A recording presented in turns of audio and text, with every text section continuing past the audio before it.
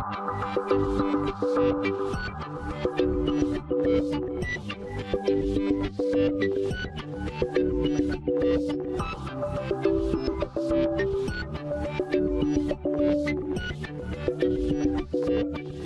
Dr. Fakir Abadi, and this is Human Immunodeficiency Virus in Adults, Part 1. Nobody knows the exact origin of HIV virus, but it probably spread from non-human primates to humans in the 1900s. If you don't treat HIV, an infected person typically progresses to death over a period of 10 years. So it's a very deadly disease. And it primarily affects men who have sex with men, which we call MSM, people who inject drugs, people in prisons and closed settings, sex workers, transgender people, and of course infants of HIV positive mothers. Now it is important to keep in mind that HIV is not transmitted by air or water, or saliva, sweat, tears, or closed mouth kissing, insects or pets, or sharing toilet food or drinks. Another important thing to keep in mind is that women have been historically underrepresented in clinical studies. This is an important thing to point out in Journal Club. And in the US, about 25% of HIV infected patients are women. Now let's take a look at the HIV prevalence worldwide in the United States and in California.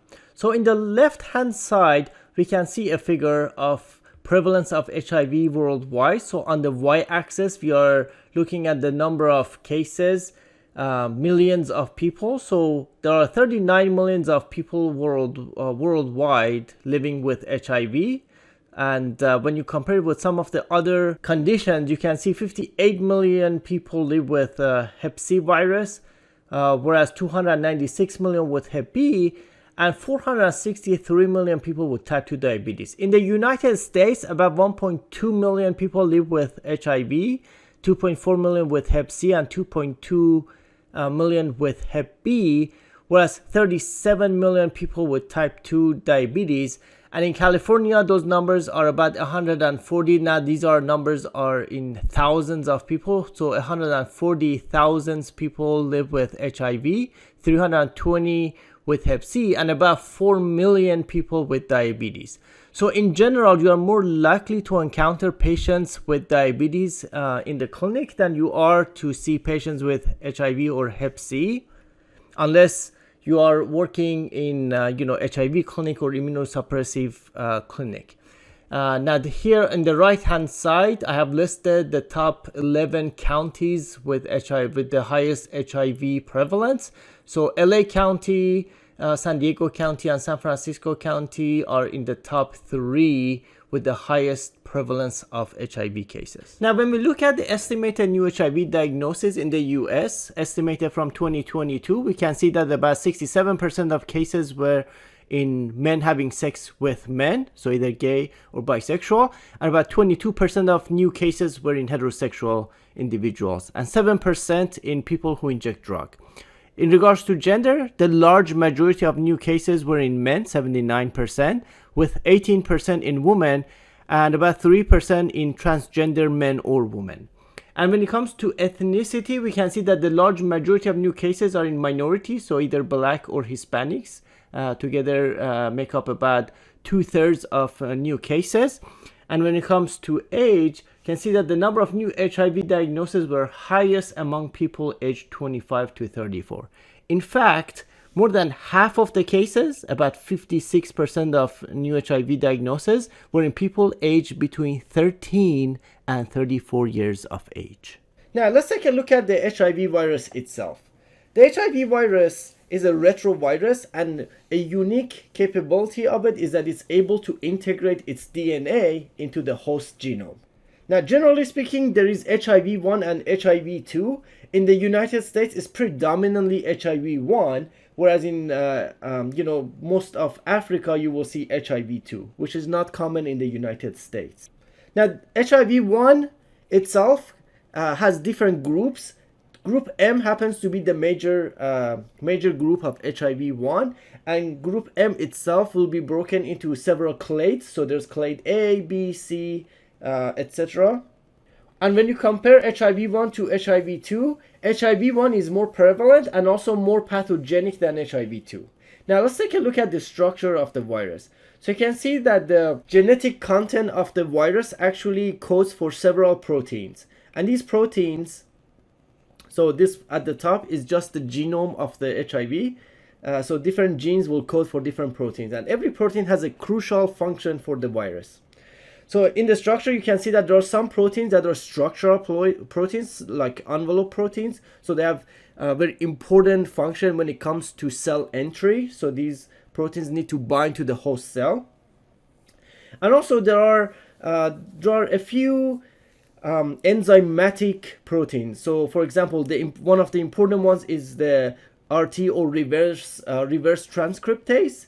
There's also integrase. And there's also protease. So reverse transcriptase, integrase, and protease are three of the most important enzymes of the HIV, and we actually target them with drugs. So it's important to know because the mechanism of action of some of our antiretrovirals is actually based on this. The first learning objective is describe the HIV life cycle and the mechanism of action of antiretroviral agents.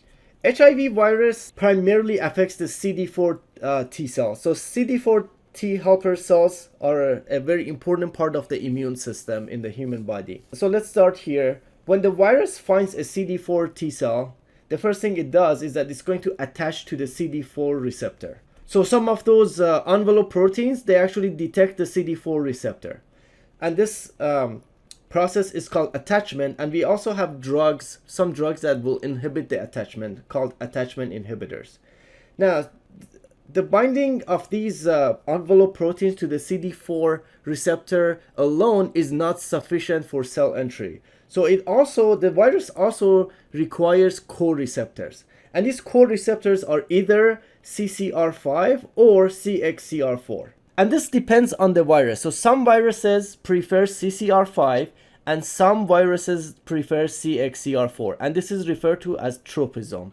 So once the virus bonds to the CD4 receptor and the co-receptor together, then the virus will actually be able to fuse and enter the cell. This process is called fusion, and we also have some drugs that block this process, referred to as fusion inhibitors. Once the virus fuses, the content of the virus will go inside the cell. So inside we have genetic material, and we have some of those enzymes that came with the virus. So for example, reverse transcriptase is one of the important ones. And if you guys remember from the central dogma of molecular biology, the process of transcription is typically from DNA transcribing into RNA. And the reason this enzyme is called reverse transcriptase is because the material that comes with the HIV is actually in RNA form, and reverse transcriptase will convert that RNA into DNA. So it goes from RNA to DNA. So it's in reverse. And what this enzyme reverse transcriptase does is that it will use nucleotide. So natural nucleotide that are in the host cell will be utilized in order to form this DNA. So we can actually target this with two classes of drugs. One class is the nucleotide analog reverse transcriptase inhibitors. So these are basically drugs that kind of look like natural nucleotides. So the reverse transcriptase will accidentally use them and insert them into this DNA. But because they're not natural nucleotides, they won't be able to make links, and then it will interrupt the transcription. So we can have nucleotide reverse transcriptase, or NUCs for short. Another class is non-nucleotide reverse transcriptase inhibitors. These are not necessarily analogs of nucleotides, but these are molecules that actually have affinity for the reverse transcriptase. So by binding to reverse transcriptase, they will actually inhibit its function. So these are called non-nucleotide reverse transcriptase inhibitors, or non-NUCs for short. And then once this DNA is made, then it will go inside the nucleus of the host. And then another enzyme that came with the virus is integrase. And what integrase does is that it will actually integrate this new DNA from the HIV, and will integrate it into the host DNA. And by doing that, it will actually make the HIV genetic material as part of the host DNA. And that's why, it's, we don't currently have a cure for HIV, because its material actually gets integrated into the host DNA. Now, once this material is integrated into the host DNA, the virus doesn't have to do anything. Now, the central machinery of the host cell will actually transcribe this DNA material into RNA, and then this RNA will go and find a ribosome and translate into proteins. So, these are genes from the host as well as any gene from the HIV. So if it happens to be HIV genes here, the end product is those proteins that are required for HIV. So for example, reverse transcriptase will be made here, integrase will be made here, protease will be made here, and those envelope proteins, they will all be here, made here, and then they all assemble into a new virus which will bud and exit the cell. Now, once this new virus exits the cell, it's not mature at the beginning. So that's where protease will come in. Protease is very important for the virus because it will actually have the function of maturing that cell. So without that protease, that new HIV virus will not be able to infect other cells. So for it to become mature and then be able to infect other cells, it needs the function of protease. And because of that, we actually have a class of drugs called protease inhibitors, specifically HIV protease inhibitors, that will block this process. And these HIV protease inhibitors are different than hepatitis C protease inhibitor. So do not confuse these two different classes of protease inhibitors. Let's take a look at the pathogenesis of HIV. As you know by now, the primary route of transmission is by sexual contact. So if it's through vaginal sex, you can see that this is the mucosal layer of the vagina, so the virus can easily penetrate through this layer and enter the body. Or if it's men having sex with men, in the rectal tissue, there are dendritic cells that actually have the function of surveying the system, and this dendritic cell will actually pick up the virus to hand it to the immune system to get rid of.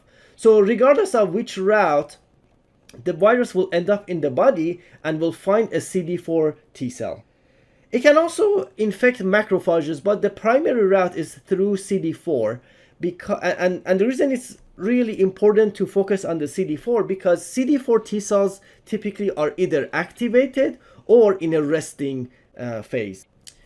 When a CD4 T cell is activated, that means the cell is actually converting the genetic material into protein, whereas in the resting CD4 T cell, it's actually silent, so it's not really producing any proteins from the genetic material.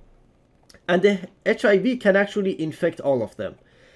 So the reason this is important is when HIV is integrated into DNA of a resting CD4 T cell, it's hard to detect it, because the virus is actually inside the DNA, and because it's not actually being converted into any protein, there are no antigens, or there are no antigens to be detected by the immune system.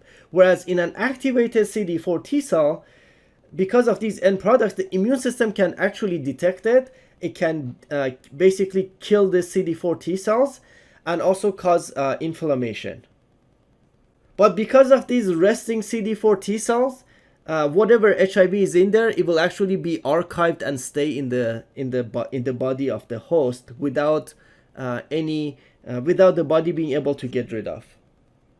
So basically, these resting CD4 cells will act as a reservoir for the HIV material. So even though the immune system continues to fight all the infected cells, and it will continue to kill the infected cells, whether there are macrophages or the activated CD4 T cells, those latently infected CD4 T cell will continue to be there, and occasionally, they become active, but they so the body can never completely get rid of them. So two things happen.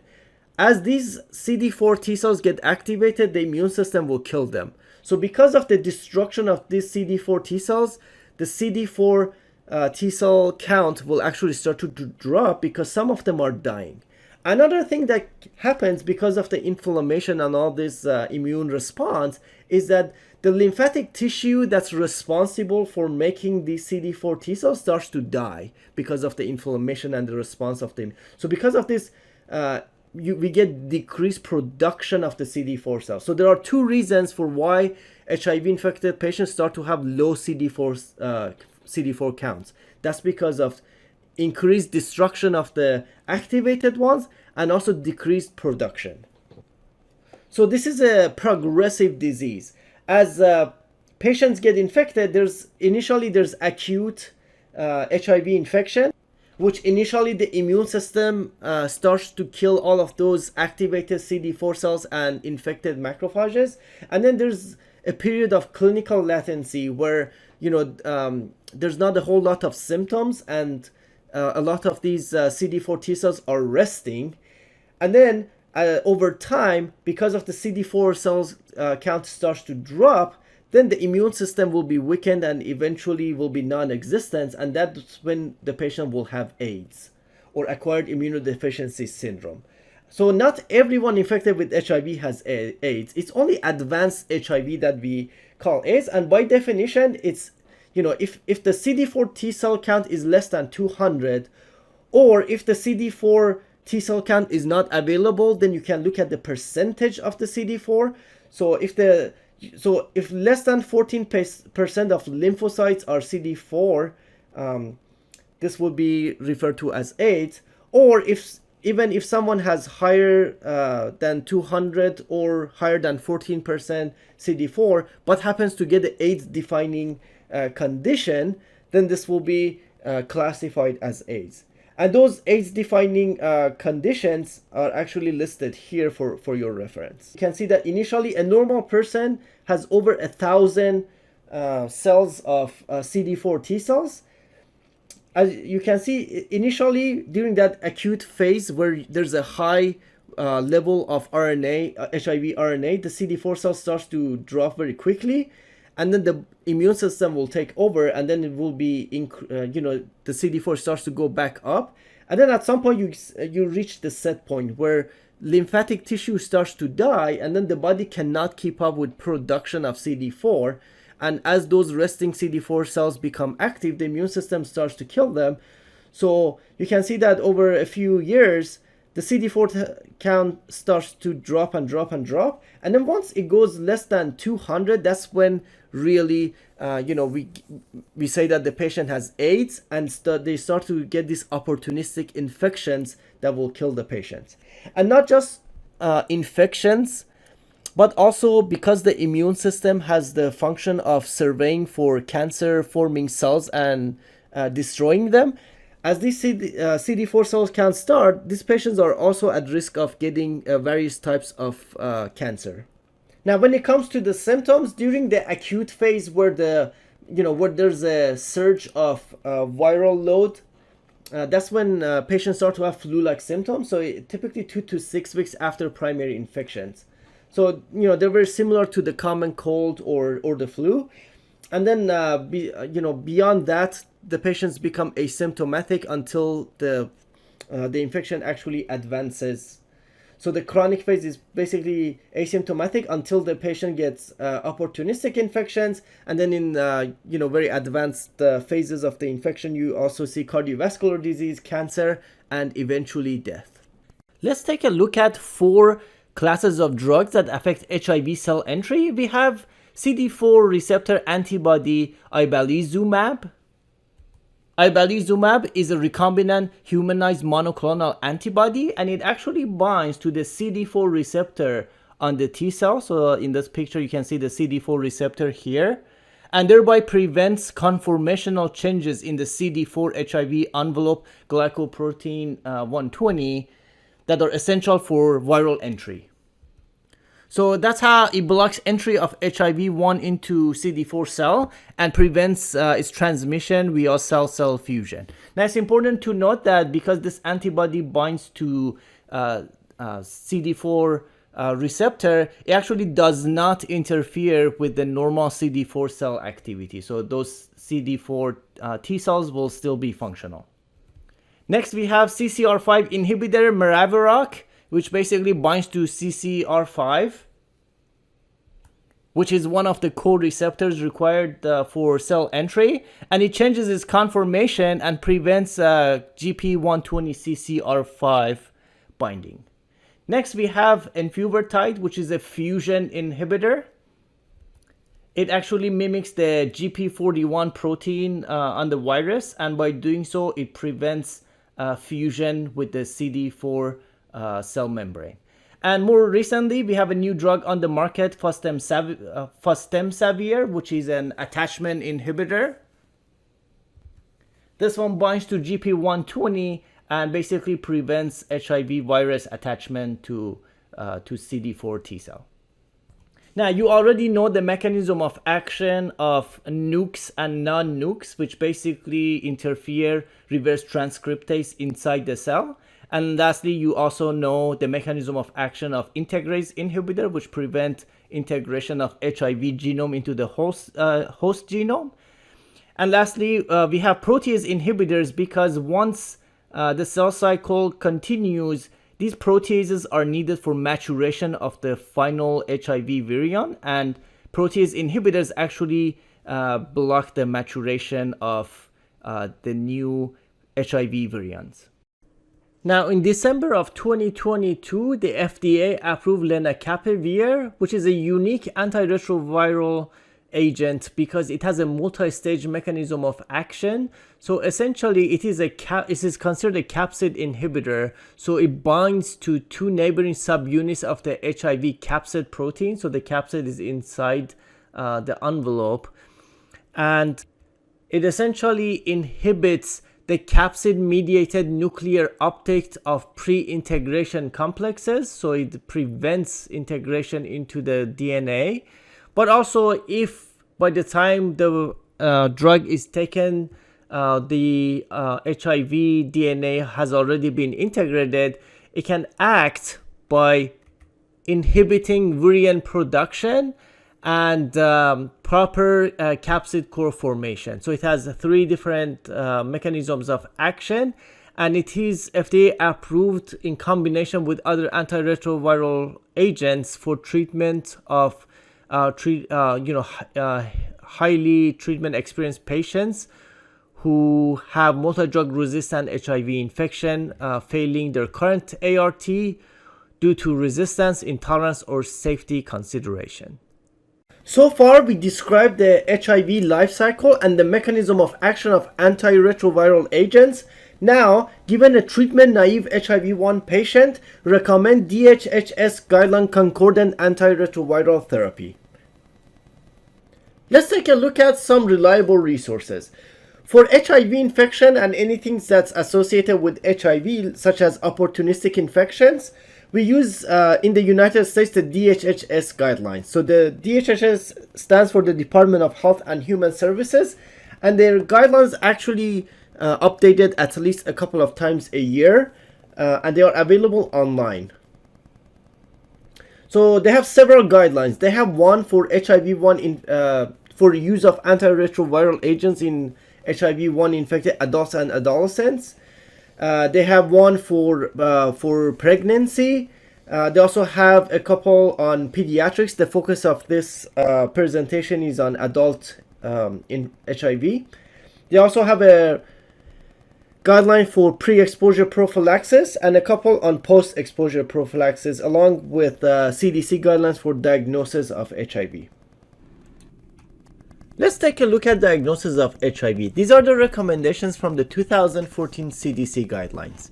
Since 2014, it's been recommended to use an assay that's a combination of antigen antibody, and these are antigen and antibodies from both HIV-1 and HIV-2.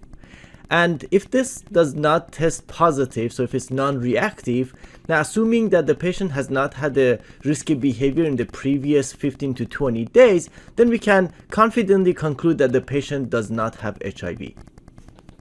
And this test has a very high sensitivity and specificity. It does take some time for the body to make antibodies and for the antigen levels to increase in the plasma levels. Therefore, if someone has just been exposed to HIV, this test is unlikely to detect it.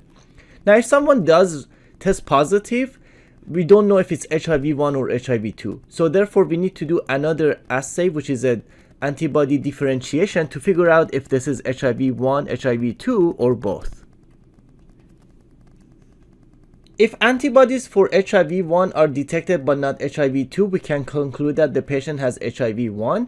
If the antibodies for HIV-1 are negative but HIV-2 is positive, we can conclude that the patient has HIV-2. If both of them are positive, then the patient actually is co-infected with HIV-1 and 2. And if neither of them test positive, now we have a problem, because initially the antigen antibody tested positive, but now we didn't find HIV-1 or 2. Now, to resolve this issue, we actually need to do nucleic acid test. A nucleic acid test is a lot more accurate because instead of antigen or antibody, it actually detects the HIV RNA. So if this tests positive, then we can conclude that the patient has HIV. And currently in the US, HIV-2 is not common. So the nucleic acid tests that are FDA approved are only for HIV-1. Now, if this patient does not test positive, we can conclude that the patient does not have HIV-1. And this is assuming that the patient did not have risky behavior in the past week. So it typically takes about 6 days for the RNA levels to go high enough for this test to actually detect it. This nucleic acid test is a qualitative test, so it basically tells you if the RNA is there or not. Regardless, when someone is tested positive, we actually need to do PCR in order to quantify the viral load. The primary reason that this algorithm exists is because these antigen antibody assays are actually more affordable than the nucleic acid test. So if you're using it for screening purposes, where majority of patients will actually be non-reactive, this is a more cost-effective way of screening people. And then people who test positive will actually end up with more tests and possibly nucleic acid tests, which are more expensive. Okay, let's take a look at HIV serology. So in this figure on the x-axis, we're looking at time in units of days after exposure to HIV. And you can see that the first few days, it's referred to as eclipse period. And it basically means that it takes a while for the HIV to replicate and actually become detectable. So what we basically use to detect HIV the soonest is the nucleic acid amplification test, which basically can detect it by day 6 to 8. Whereas within the first 5 days, it's going to be undetectable.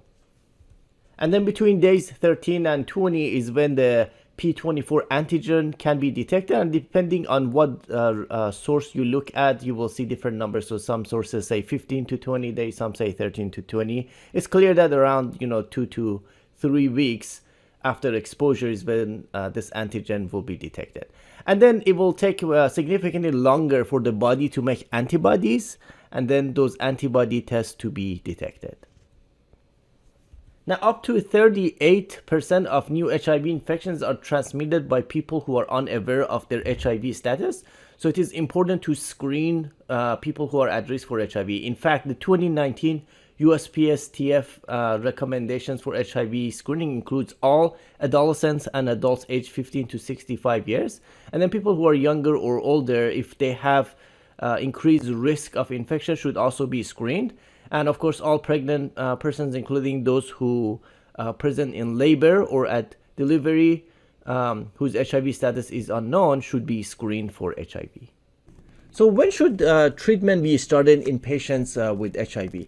Now, in the old days, it used to be that the recommendation was based on the CD4 count. So patients who had lower CD4 count, they were at higher risk of having opportunistic infections, cancer, and of course mortality. So and of course older HIV drugs were very toxic, so we would actually reserve it for more severe patients. But nowadays HIV drugs are very effective, they're very well tolerated, And we have clinical evidence that regardless of CD4 count, when we start treatment for HIV, we can actually reduce the rate of morbidity and the rate of mortality associated with HIV infection.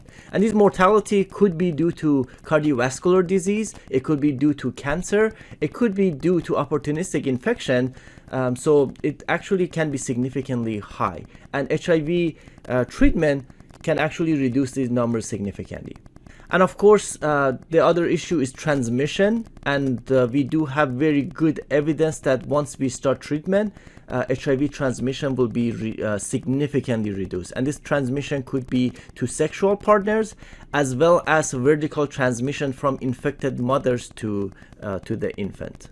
Now, the December 2019 update of the DHHS guidelines recommend initiating ART immediately. So immediately means basically the same day that the patient is diagnosed with HIV, or as soon as possible after HIV diagnosis. And this is because it has been shown to increase uptake of ART and linkage to care, as well as achieving viral suppression faster in individuals and improve the rate of virologic suppression in patients with HIV. Now, when it comes to ART, it is very important to educate patients about the benefits and considerations of ART and to address strategies to optimize adherence. So we will talk about adherence shortly, but adherence is very important.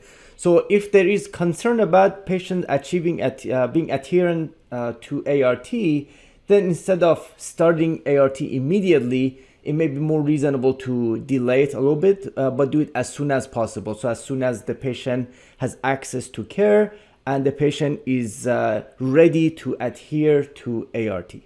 Interrupting ART can lead to rebound viremia, worsening of immune function, and increased morbidity and mortality. So therefore, once ART is initiated, it has to be continued with the following goals. So the goal is to maximally and durably suppress HIV RNA in the plasma, to restore and preserve the immune function in HIV patients, to reduce HIV-associated morbidity and prolong the duration and quality of survival, and prevent HIV transmission.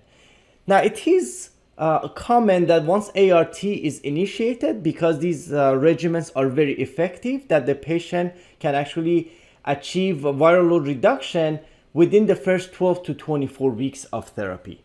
So within 12 to 24 weeks of initiating ART, the viral load should be undetectable.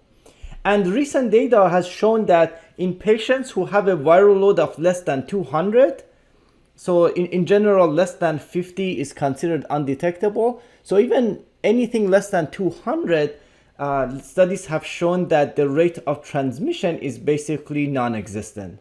So now we say the slogan U equals U, so undetectable equals untransmittable.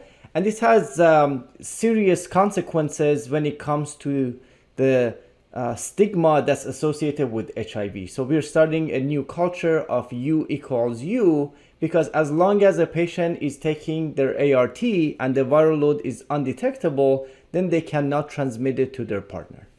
Now, generally there are three different strategies for ART regimens. The historic strategy would be the triple therapy, which basically would include 2 NRTIs or 2 nukes as the backbone, plus a third agent. And the third agent can be either an integrase inhibitor or a protease inhibitor or a non-nuke. So 2 nukes plus a non-nuke. Now, in general, majority of integrase inhibitors are recommended first line. So that's why this one is green. And we'll talk more about specific agents shortly. We also have dual therapy. So dual therapy could be in 2 different ways. One is that you actually drop one of the NRTIs. And the reason we do combination therapy is that, HIV has a high propensity for developing resistance. So by using combination, we can basically prevent resistant development. So with the dual therapy, you basically drop one of the nukes. So you have 1 nuke plus an integrase inhibitor, which is, first line. You also have 1 nuke plus protease inhibitor, which is alternative. And we'll talk about specific regimens shortly. You also have NRTI free or nuke free dual therapy. So this is basically no nuke included in the regimen. So this is basically a combination of integrase inhibitor plus a non-nuke. And the reason this is red is because it is not recommended as initial treatment. It's recommended for people who already have received treatment from another ART and achieved undetectable viral load. Then they can switch to this strategy. Another non-nuke dual therapy includes integrase inhibitor plus protease inhibitor. Now, generally speaking, majority of first-line regimens that are recommended follow this rule that you need a backbone plus a third agent. So we use 2 nukes or 2 nucleotide reverse transcriptase inhibitors as a backbone plus a third agent. So it's important to have this combination in order to prevent HIV from developing resistance. And generally speaking, we have 3 backbones that are commonly used. So we have Epzicom, which is a combination of lamivudine and abacavir. We have Truvada, which is emtricitabine and tenofovir disoproxil fumarate. And we have Descovy, which is a combination of emtricitabine and tenofovir alafenamide. And I'll explain what's the difference between tenofovir disoproxil fumarate and tenofovir alafenamide shortly.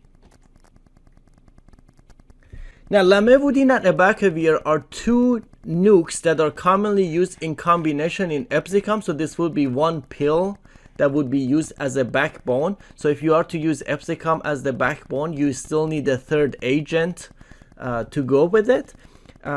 Between lamivudine and abacavir, lamivudine also has activity against hepatitis B.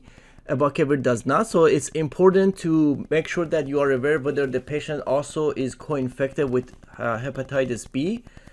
Because, for example, if we are using something that covers hepatitis B and then later you decide to switch it to something that does not cover hepatitis B, the patient can have reactivation of Hep B and possibly Hep B flares, which could potentially be fatal.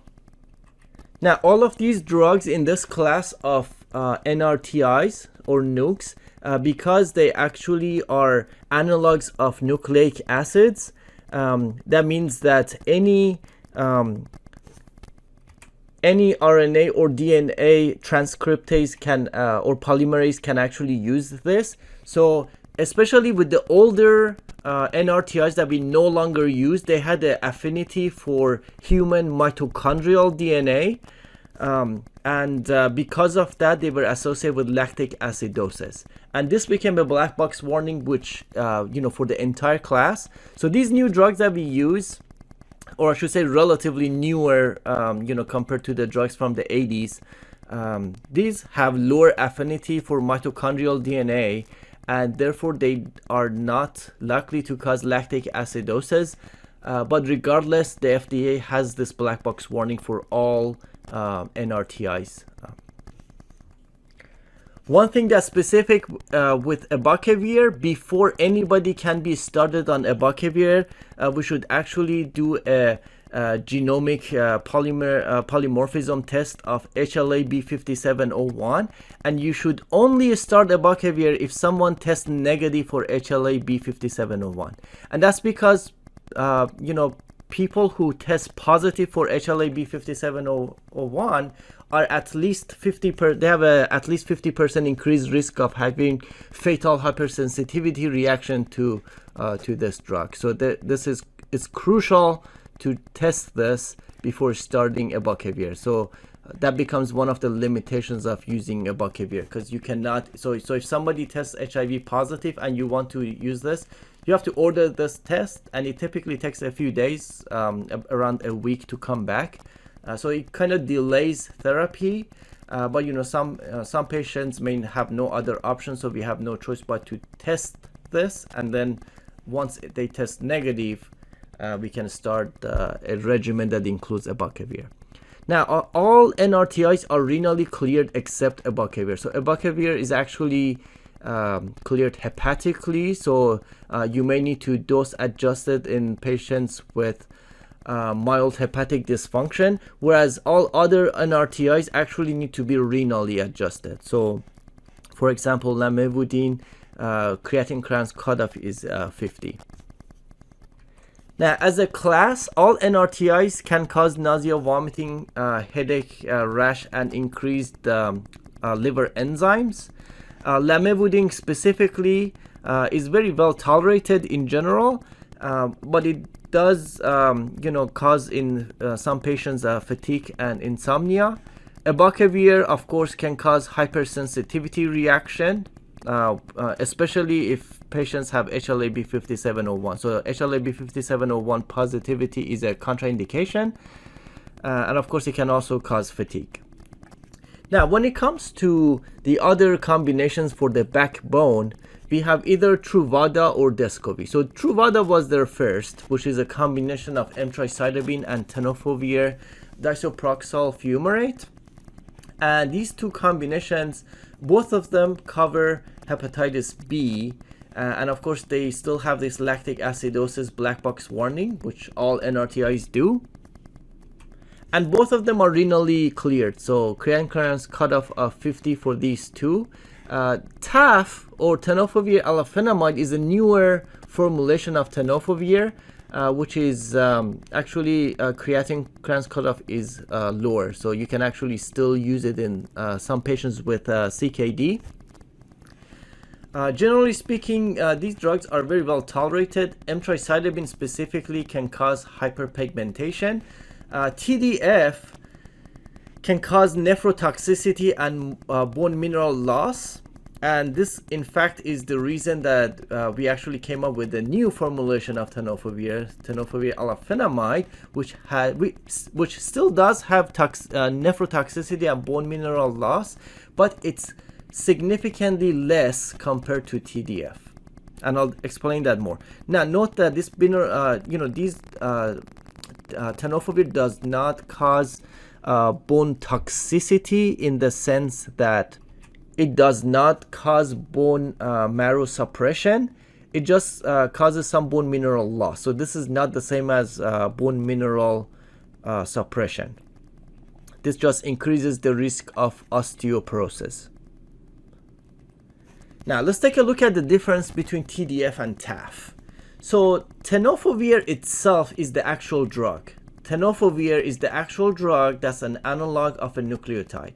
And that's what needs to go inside the target cell to block HIV replication. The problem is when you orally take tenofovir, it's actually not absorbed. So this part is the GI tract, and when you take a pill of tenofovir, you would like it to be absorbed and go into the blood, and then the blood, in the circulation, HIV actually is inside the CD4 cell. So the target cell is the CD4 cell. That's where HIV replicates. You want this tenofovir to be absorbed into the blood, and then from the blood to go to the CD4 cell, and then find the HIV virus and block its replication. The problem is tenofovir is not absorbed. So we had to do something. We had to come up with some sort of salt formulations that increases absorption. And that's why we had TDF. So tenofovir disoproxil fumarate actually gets absorbed from the GI tract. So if you were to give 300 milligram, it gets absorbed. And then a tiny portion of what gets absorbed goes to the target cells, CD4. Okay, and that's how much we need in the CD4 in order to prevent replication of HIV. Now the problem is the majority of this tenofovir is staying in the plasma where we don't need it. And guess where it goes? It goes to the kidneys. It's gonna go to the kidneys and it's gonna cause nephrotoxicity. It's also gonna go to the bones and cause bone mineral loss, things that we do not like. So this has become a problem because patients need to be on these drugs for life, and over time this can build up, and patients will start to have CKD, or if they already have CKD, the CKD will progress. And as we all know, as we age, we also are all susceptible to bone mineral loss due to just aging, and this will actually accelerate it. So people who have HIV and are aging and are on TDF, they actually will lose more bone mineral. So we came up with TAF, which is a different salt form. So it actually absorbs. So when you take this orally in the GI tract, it gets absorbed.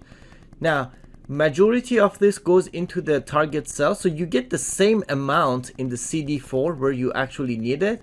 And then a tiny portion of it stays in the blood where it's going to go to the kidneys and it's going to go to the bones and it's going to cause some toxicity. But because this is a significantly lower concentration in the blood than compared to TDF, it has significantly less nephrotoxicity and bone mineral loss. And therefore, we're starting to use more and more TAF compared to TDF because the efficacy is the same, because you get the exact same amount in the CD4 cell. And that's exactly why you see a huge difference in the dose. So TDF, you need 300 milligram, and TAF, you need 25 milligram in most regimens, unless you have like a inhibitor where you would use a 10 milligram. So if you have cobicistat in the regimen, for example, you will see 10 milligram. So which regimen should be initiated in a person living with HIV who has not received treatment in the past? So for people without a history of using cabotegravir as HIV pre-exposure prophylaxis, which is essentially most patients who are diagnosed with HIV, DHHS guidelines recommend a second generation bictegravir combined with a backbone of 2 nukes. So we have bictegravir, which is a second generation integrase inhibitor combined with emtricitabine and tenofovir alafenamide, and this is available as a single tablet regimen, Biktarvy. We also have dolutegravir based regimens. We can have a combination of dolutegravir plus emtricitabine tenofovir, so either tenofovir alafenamide or disoproxil fumarate. This essentially means that you would need 2 tablets, either TBK, which is the dolutegravir part, plus the backbone of Descovy, or TBK plus Truvada. So this will essentially have patients on two pills. We also can have dolutegravir plus lamivudine tenofovir. So it's either TBK plus Simduo or TBK plus Temixis. We also have a combination of dolutegravir plus a single nuke as a backbone. So this essentially has lamivudine as the only backbone, and this is available as a single tablet regimen, Dovato. These regimens are recommended first line because they are very effective, they have a high barrier to resistance, and they are well tolerated, and they have minimal drug interaction. So these are essentially work very effectively for most patients. Now, for people who have a history of using cabotegravir as HIV pre-exposure prophylaxis, so essentially cabotegravir is an integrase inhibitor, and patients were taking it to prevent getting HIV, and they got HIV anyway because they could potentially have integrase inhibitor resistance. For these patients, we do need the results of HIV resistant testing before we can start these first-line recommended regimens. In the meantime, if we are to start ART while we wait for the results of the resistant testing, it is recommended to use a boosted darunavir regimen for these patients. So darunavir can be boosted by either cobicistat and ritonavir. And what this means is that cobicistat is essentially a potent inhibitor of CYP enzyme. So by inhibiting metabolism of darunavir, it boosts its levels. So does ritonavir. Ritonavir itself is actually an HIV protease inhibitor like darunavir, but it's such a potent inhibitor of CYP enzymes that we use them at such a low doses that it's not likely to do anything to HIV, but it has significant boosting effect on darunavir. Now, with darunavir cobicistat with the backbone of emtricitabine and tenofovir, it does come as a single tablet regimen, Simtuza, but also we can take multiple tablets. So Prescobix, which has darunavir and cobicistat in it, with a backbone of either Descovy or Truvada. When it comes to ritonavir boosting, darunavir and ritonavir are separate pills. So Prezista is darunavir, Norvir is ritonavir, and then we can have backbones of 2 nukes added to that. Now, one thing that I do want to mention as far as first-line recommendation with dolutegravir and lamivudine, because it only has a single agent as the backbone, there are three things to consider. One is that because it only has one drug active against Hep B, people who have Hep B co-infections do need another regimen to be active against Hep B, because Hep B can develop resistance against this. In other words, people who have Hep B co-infection, when you have emtricitabine and tenofovir, so we have two drugs that are active against Hep B, those are fine. But when you drop one of the Hep B active agents, then you should have another agent on board to avoid Hep B resistance.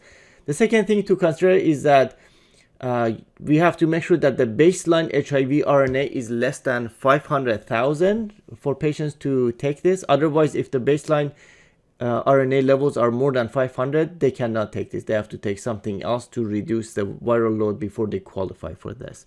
And the third one is that only HIV, only for patients who had genotypic resistant testing performed to rule out resistance. Now, the third group of people to consider is, what if the results of the resistant testing comes back and the patient actually has an integrase inhibitor resistance. So for these patients, we have, as mentioned, boosted darunavir regimens that we can consider.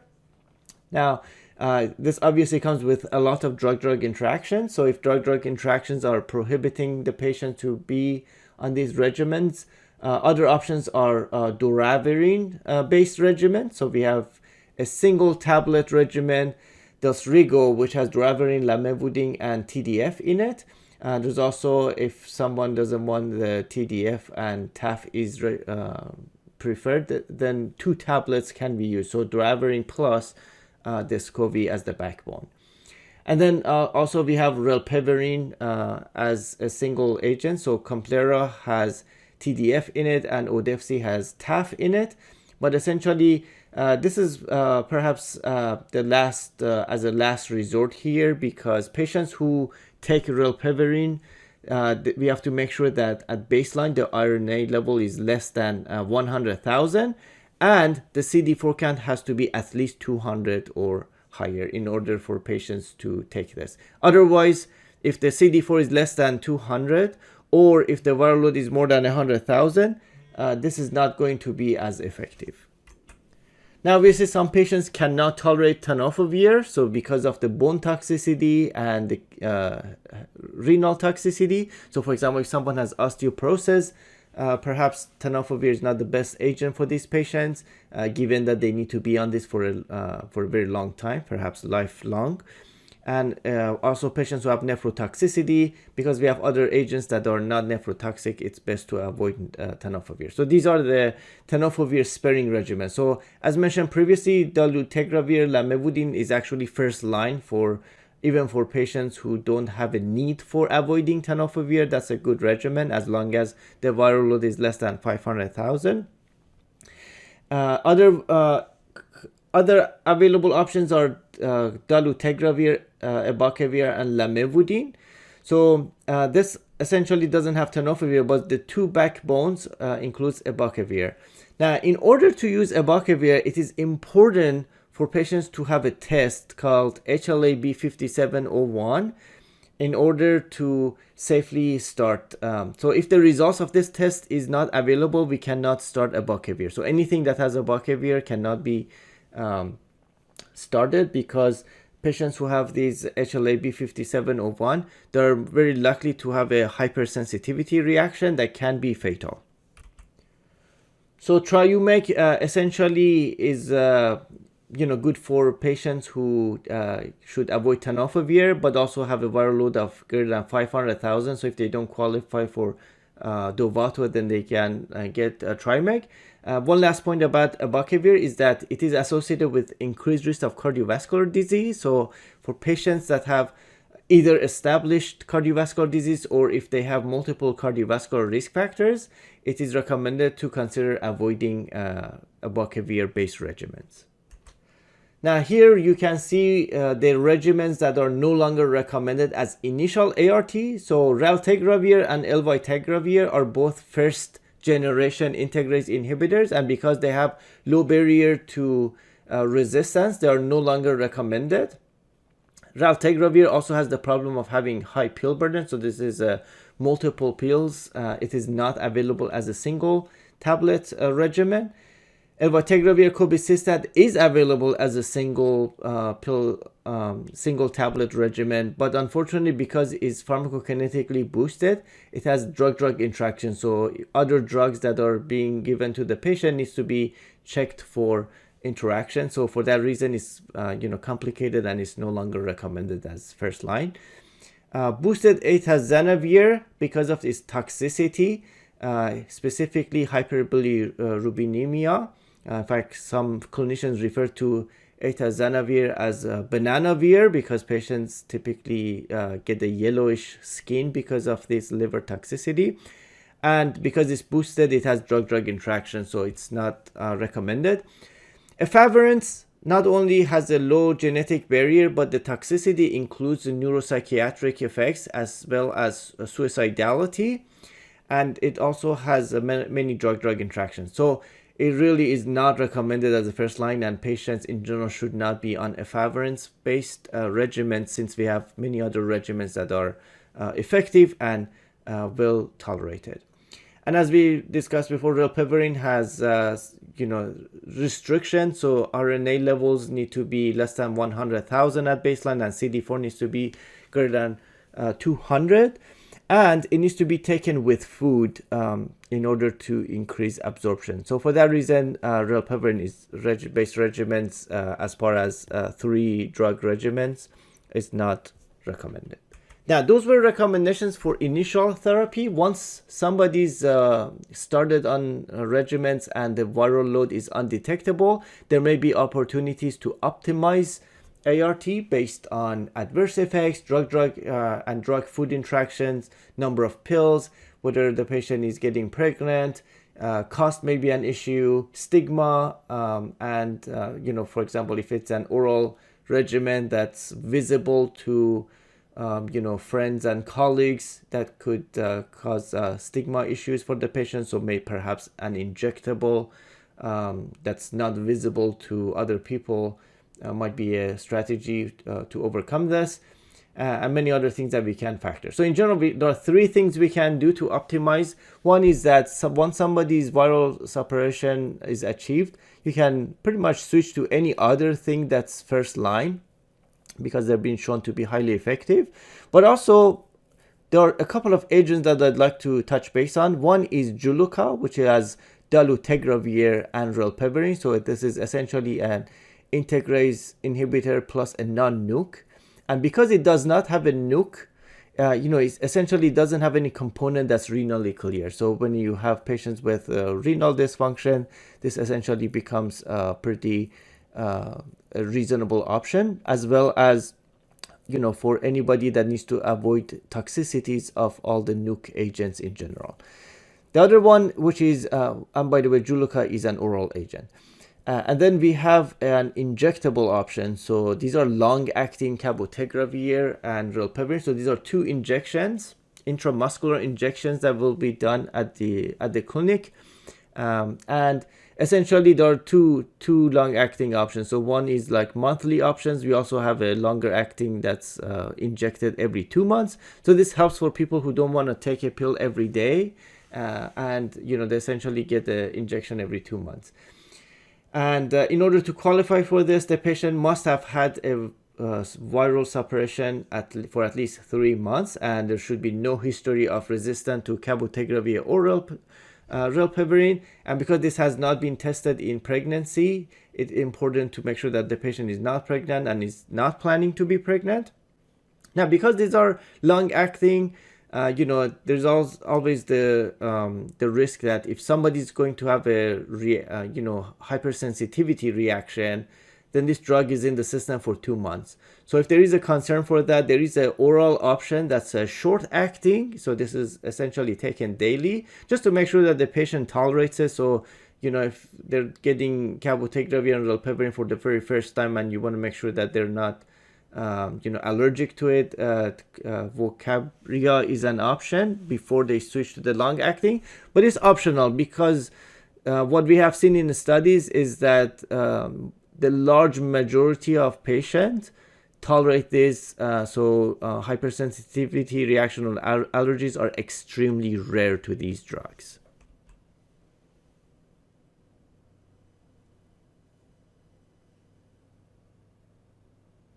We looked at the HIV life cycle and the mechanism of action of antiretroviral agents.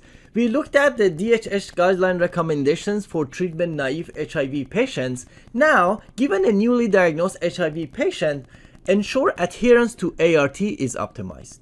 Let's take a look at some causes of treatment failure. It all starts with insufficient drug level. When there is insufficient drug level, HIV starts to replicate in the presence of drug, and that can lead to selective pressure.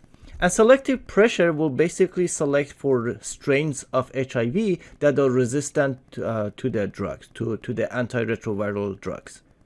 Of course, there's always the possibility that these resistant viruses could have actually been transmitted to the patient from someone else. So if someone else has resistant virus and, whether sexually or, by other means of transmission, that resistant virus can also be in the patient.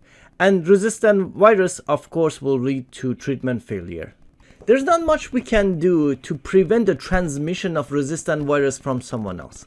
But we can do a lot of things to prevent insufficient drug level that will lead to resistant virus. As pharmacists, we should always check for drug interactions. So drug interactions, depending on the interaction, of course, can result to insufficient drug levels. Some drugs may be rapidly cleared, so it's important to make sure that the dose is adjusted when necessary. Poor absorption, so depending on the drug, whether it needs to be taken with food, the absorption of the drug could be affected, so that's important to keep in mind. And of course, there are some things that are out of your control, like host genetics. And sometimes the wrong dose may be given to the patient. So as pharmacists, we can ensure that the right dose is given. And historically, suboptimal potency of drugs was leading to some of this resistant virus. Nowadays, the drugs are very potent, so we don't really have that issue anymore. And of course, the biggest thing that results in insufficient drug level that we can intervene with are poor adherence. So poor adherence could be due to different causes. So one is social or personal issues. There is a lot of stigma with HIV. So, if someone is hiding the fact that they have HIV, this could actually prevent them from filling their prescription or actually taking their drugs in front of other people, such as friends and family. There could also be issues with a regimen. So, for example, if there is a pill burden, if the patient has to take multiple pills throughout the day, or if there are strict requirements for administering the drug. So for example, if somebody has to take it on empty stomach and they're eating all the time, that could be an issue. Or vice versa, if something, if a regimen needs to be taken with food, but someone is doing intermittent fasting, for example, that can cause a problem. And of course, toxicity. So sometimes, although most regimens nowadays are well tolerated, occasionally if somebody has some toxicities or some adverse effects of the drug, that they could actually stop taking it. For example, if somebody starts to have a rash or nausea, that could be a reason for people to stop taking their drugs. And adherence is extremely important. Now, this study was was published in 2000, so these numbers may actually be different today because our drugs are more potent. But what they looked at is that they looked at different percentage of adherence and looked at the percentage of patients that actually had virologic failure on the vertical axis. So you can see that when adherence was less than 70%, the HIV regimen basically became worthless because the failure became as high as 82% or even more.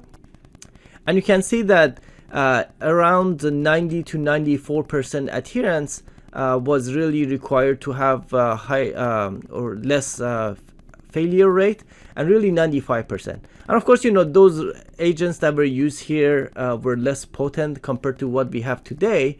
But regardless, it's recommended that adherence of 90 to 100% is necessary to achieve and maintain viral suppression. So it's very important to talk to patients to make sure that they're actually ready to adhere to these drugs, because this is a lifetime commitment. So we need to make sure they're ready for adherence before we actually initiate them, because once you initiate them, you do not want them to interrupt the regimen, because that will lead to selective pressure, which can lead to resistant viruses. So this 90 to 100% adherence is very crucial. And if you think about it, if somebody misses one pill a week, that's about 85 to 86% adherence. So even missing one pill a week is not enough. So they need to, they should not miss more than 2 pills a month. So 2 pills out of 28 days will result about 93% adherence. Now, how do you measure adherence? There's no gold standard for measuring adherence, but there are things that we can do. So if you actually get the viral load in the patient and it's suppressed or it's undetected, that's a very good indicator that the patient is actually taking it, so it's working. Studies have shown that patients self-report usually overestimates. However, if the patient actually reports that they're not adherent, that's a very good indicator of suboptimal therapeutic response. And one thing that we can do as pharmacists is to actually check pharmacy records. For example, if somebody had a 30-day supply and they haven't filled it for 3 months, that's a good indicator that they haven't been taking their medications. And you can actually occasionally do a pill count to make sure that they're actually taking it. Now, some factors that are associated with reduced adherence is, one is pill burden. So in general, if you can give the patients a single pill, that would improve adherence as opposed to multiple pills. One issue is low literacy. So if the patient cannot read the instructions that are on the label, that could lead to adherence. So for example, if you have a regimen that the patient needs to take twice a day, but they're taking it once a day, that's going to result in suboptimal exposure to the drug. So it's important to make sure that the patient understands how to take their medications. Younger age is associated with adherence failure, and usually because younger people are just not used to taking medication, so they may not know how to, or they may not remember to take it, whereas older people who already take drugs for hypertension, for example, they're more used to it, so they have the habit of going to their taking their medications daily. Some other challenges, especially in older patients, are polypharmacy. So if somebody has to go through 10 bottles, that's cumbersome. Some elderly have vision loss, so they may not be able to read the label even if they have the literacy, or they may not see where their medication is. And of course, as we all age, we'll have cognitive impairment, so they may be confused, they may not remember if they took it or not. They might think that they already took it, but they didn't, so that can lead to adherence issues. Other things include stigma, so some people may not want to have their friends know that they're taking this medication, so they may want to hide it. They may not have the opportunity to take it. Other psychosocial stresses, especially active drug use or alcoholism, can reduce adherence. So, if somebody's under the influence, they may not necessarily be, oh my God, it's time for me to take my pills. They may be doing other things and not be aware of it. Mental illness, of course, can lead to reduced adherence, and of course, medication adverse effects. So if somebody's experiencing these, they're less likely to want to continue to take it, especially if this is a lifetime commitment, which can result in treatment fatigue, because they have to keep taking this pill every day for the rest of their life. And occasionally, cost and access to the medication can be an issue.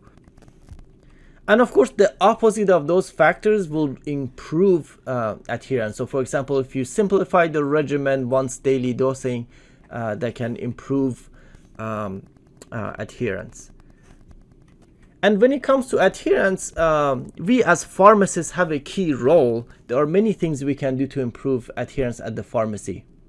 Perhaps the most important intervention we can make is education, whether we provide education to other clinicians or education to the patient regarding the actual HIV infection, how to treat it, how to prevent it, how to prevent transmission, how to stay adherent to the regimen, how to follow up with their clinician, and individualize the regimen to the patients. And there are tools that we have at our disposal, such as pill boxes. Pill boxes are useful when someone has multiple pills to take, so they can, especially if the schedule is different. So if one pill is twice a day, another pill is once a day, you can easily set those up in a pill box. Whereas pill box might not be as useful if just a single drug once a day. You know, if in fact pill boxes are large and they take space as compared to a single bottle. But if somebody has multiple bottles of pills, a pill box will be very valuable. There are dosing packets that we can use to make it easier for patients. And of course, because oftentimes patients forget to take their drug, there are tools we can use to remind them. So there are telephone services that they can subscribe to. They can receive messages. And of course, with current technology, there are smart devices that you can use apps on. So including smartphones and other devices. You can also, if someone doesn't have a smart device, they can actually set an alarm on their watch. So when the alarm goes off, similar to some of the techniques that we tell patients to remember their birth control, basically. And of course, there are other tools that we can do to improve adherence. Now the question is, so if someone has adherence issues, we still need to treat them. So how are we going to approach it? So because adherence, as I explained, is going to lead to suboptimal exposure to the drug, and then selective pressure will lead to drug resistance, one thing we can do in patients who have adherence concerns is to actually use drugs that have a high genetic barrier to resistance. So we can use either dolutegravir or darunavir. So these darunavir is a protease inhibitor, and dolutegravir is a second generation integrase inhibitor. And these, because they have a high genetic barrier, are recommended in these patients, because if they miss a dose or two, these drugs are less likely to lead to resistance compared to other regimens. Now, it's not to say that these are 100% proof. It's just that these are less likely to select for resistance. And bictegravir is not in the guideline for this purpose. Bictegravir is also a second generation integrase inhibitor with a high genetic barrier. So as more information becomes available about bictegravir, that will potentially be an option as well. But as of right now, it's not in the guideline for this purpose specifically. We described the HIV life cycle and the mechanism of action of antiretroviral agents. We looked at DHHS guideline recommendations for treatment-naive HIV-1 patients. We ensured adherence to optimized ART in newly diagnosed HIV patients. Now, given an HIV patient, design an individualized monitoring plan. First, let's take a look at a few definitions. Viral suppression by definition is a HIV RNA level that is below the lower limit of detection of available assays. In clinical trial, usually this is considered a viral load less than 50 copies per ml. Virologic failure is any time the viral load is actually more than 200 copies per ml. Incomplete virologic response if the viral load is greater than 200 in two consecutive viral loads that are separated by 24 weeks. So if you get a single level that's greater than 200, it doesn't necessarily mean that it's a complete virologic response. You have to look at the trend. So it could be that the viral load is greater than 200, but it's trending down. So it's important to get a second one and to see if it's trending down or up. Virologic rebound is when a patient has virologic suppression, but then after virologic suppression, then the viral load becomes greater than 200 copies per ml. And a virologic blip is once the patient gets virologic suppression, then there's a single isolated detectable RNA level, and then the patient goes back to suppression. So this is a quick virologic blip. And of course, low-level viremia is if the virus is actually detected, so greater than 50, but actually less than 200. Let's take a look at what happens when we actually initiate ART. In an uninfected person who does not have HIV, a normal CD4 count is usually around 800 to 1200 cells per microliter or more. In HIV-infected patients, the CD4 count starts to drop. So for most patients, about 200 to 500. And of course, once CD4 count drops to less than 200, at that point, the patient has AIDS. Alternatively, if the percentage of lymphocytes that CD4 is 14% or less, that also constitutes AIDS. Now, once we initiate ART in the first month, so within 30 days, you should suspect a 2-log drop in viral load. So, for example, if, and of course, every log is you basically drop a 0. So if the viral load is 100,000, a 2-log drop would be you just take out 2 zeros out, so it would be 1,000. So you would expect the patient to go from 100,000 to 1,000 within the first month. And then 3 to 6 months, you should have undetectable viral load because the ARTs that we currently have on the market are highly effective. Now, when it comes to CD4, within the first year, it's expected that the patients will gain about 150 to 250 CD4 cells, and this levels off beyond 2 years, so this will not continue to go up to normal. So the goals of therapy is to have an undetectable viral load and to have CD4 count of at least 500. And that's because typically less than 500 is when opportunistic infections start to emerge, especially if it's less than 200. Let's take a look at monitoring parameters for HIV. So you can see, so green means that you basically need to get this laboratory parameter for everyone, and yellow means that for some patients you also may need to do that. So at baseline, before we actually start ART, we need to check a viral load, CD4 count. We also need to check HIV resistance to make sure the regimens that we choose initially are actually working, because there's a possibility that the patient can get a resistant strain from somebody else. It's important to check for hepatitis B serology and for hepatitis C. Risk factors for getting HIV are similar to risk factors for getting Hep B and Hep C, so it's important to get these and treat these at the same time as HIV. Urinalysis is important for monitoring the renal function.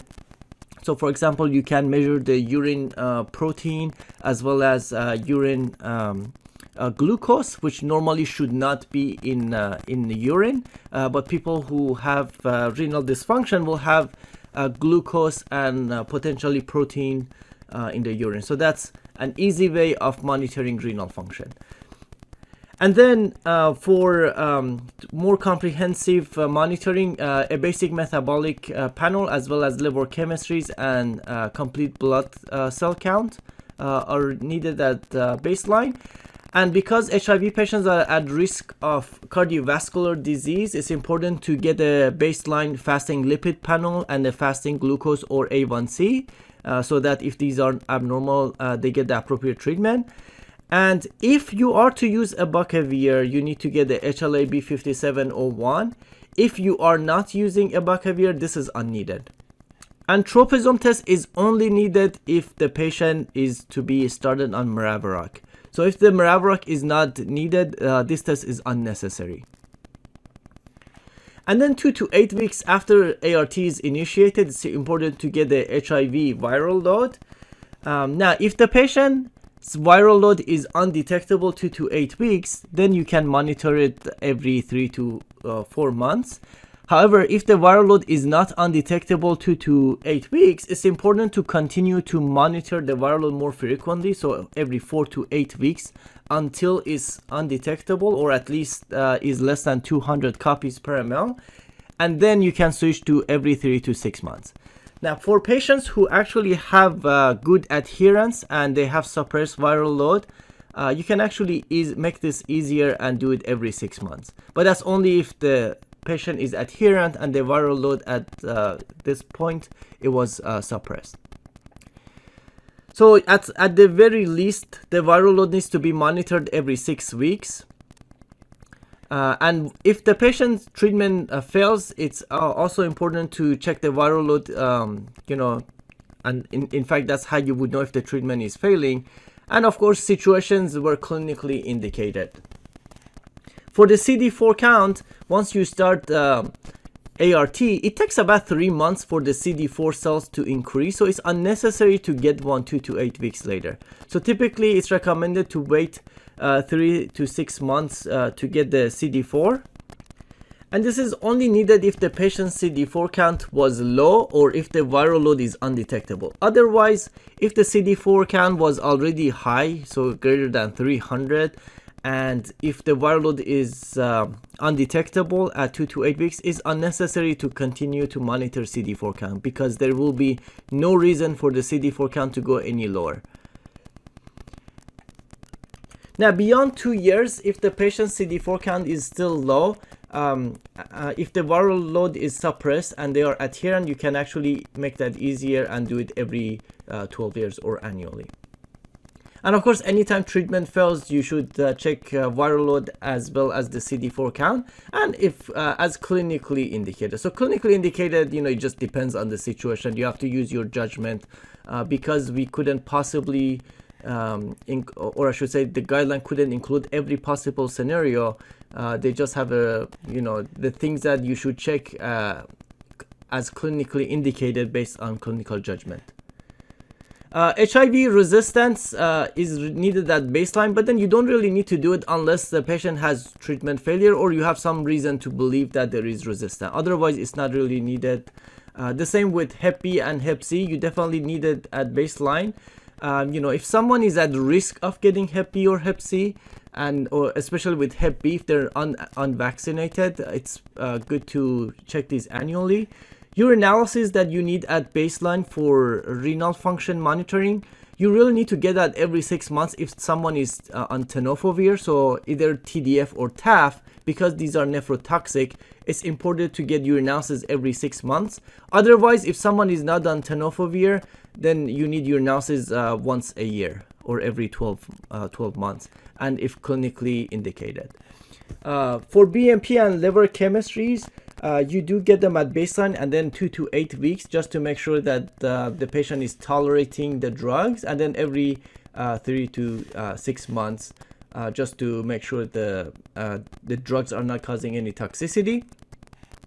With the complete blood count, you do it at baseline, and then anytime that you need to get the CD4 count, for example, if you do need the CD4 count every 3 to 4 months, you also get the CBC.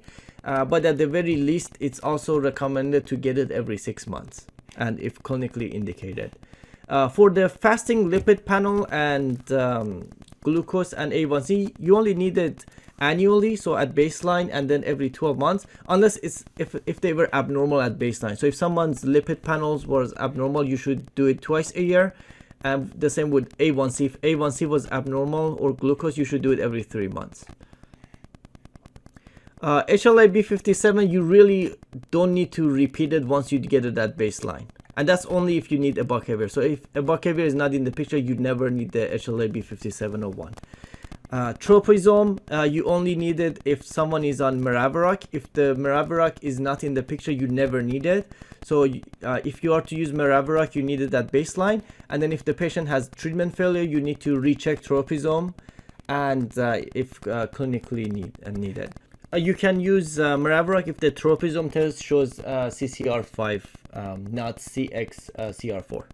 We looked at the mechanism of action of antiretroviral agents and what DHHS guideline recommends for treatment of HIV patients. We ensured adherence to ART is optimized and designed an individualized monitoring plan. Now, given a prescription for antiretroviral agents, provide patient counseling for adverse effects. All right, let's take a look at the food requirements for these various antiretroviral regimens. For many of these regimens, there is no food requirement, meaning that the patients can take them with or without food. However, note that anytime you have elvitegravir, it needs to be taken with food, as well as anytime you have rilpivirine in the regimen. So, Odefsey and Complera have rilpivirine, so that requires food.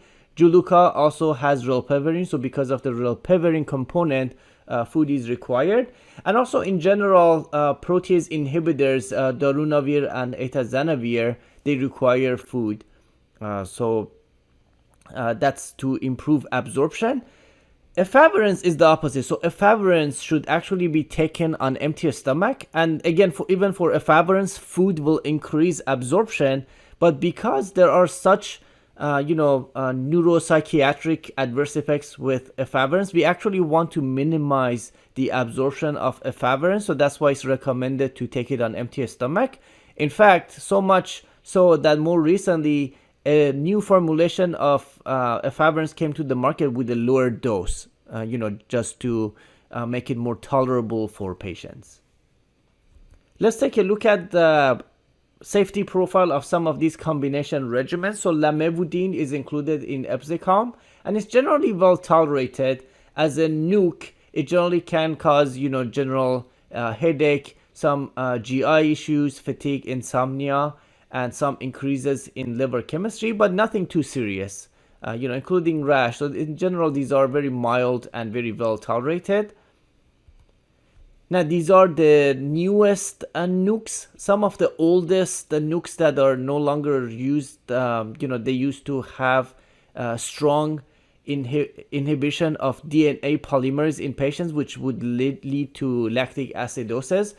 So because the mechanism of action is the same, you will see that lactic acidosis will listed in the package insert of any nukes, but the risk is very minimal. For abacavir, of course, there is a risk of fatal hypersensitivity syndrome, so it is important for patients to have a HLA-B 5701 allele. And this actually is 5 to 8% prevalent in Caucasian population. Symptoms of this hypersensitivity reaction includes fever, abdominal pain, and rash, and usually is within 2 weeks of starting abacavir. But because it can be fatal, if this occurs, it must be discontinued. Abacavir must be discontinued. Lastly, abacavir has been associated with increased risk of cardiovascular disease in observational studies, although the data is mixed on this because we have so many other safe agents available. It's best to avoid abacavir in patients with established cardiovascular disease or if they have multiple risk factors. Let's take a look at Truvada and Descovy. So tenofovir, in general, if this mnemonic helps, there is a NOF in tenofovir. So N for nephrotoxicity, O for osteotoxicity, and F for Fanconi syndrome, which is, basically wasting of electrolytes in the kidney. But Fanconi syndrome is very rare. Now, with osteotoxicity, it's important to note that this is actually talking about bone mineral density loss. It is not myelosuppression. Of course, TAF can reduce nephrotoxicity and osteotoxicity with tenofovir. And lastly, emtricitabine has this unique adverse effect of hyperpigmentation, in addition to GI adverse effects, as well as mild increase of liver chemistries. With Stribild and Genvoya, which include elvitegravir, they should be taken with food. Elvitegravir is generally well tolerated. One thing that may occur in up to 39% of patients is proteinuria.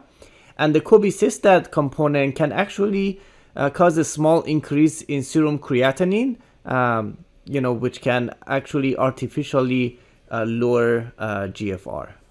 We'll talk more about that in a future lecture.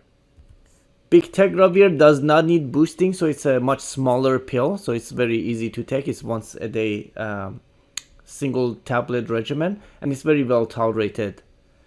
Now, these are the formulations that include dolutegravir. So dolutegravir alone is Tivicay, and then with 2 nuke backbones is Triumeg, and then with a single nuke backbone is Dovato.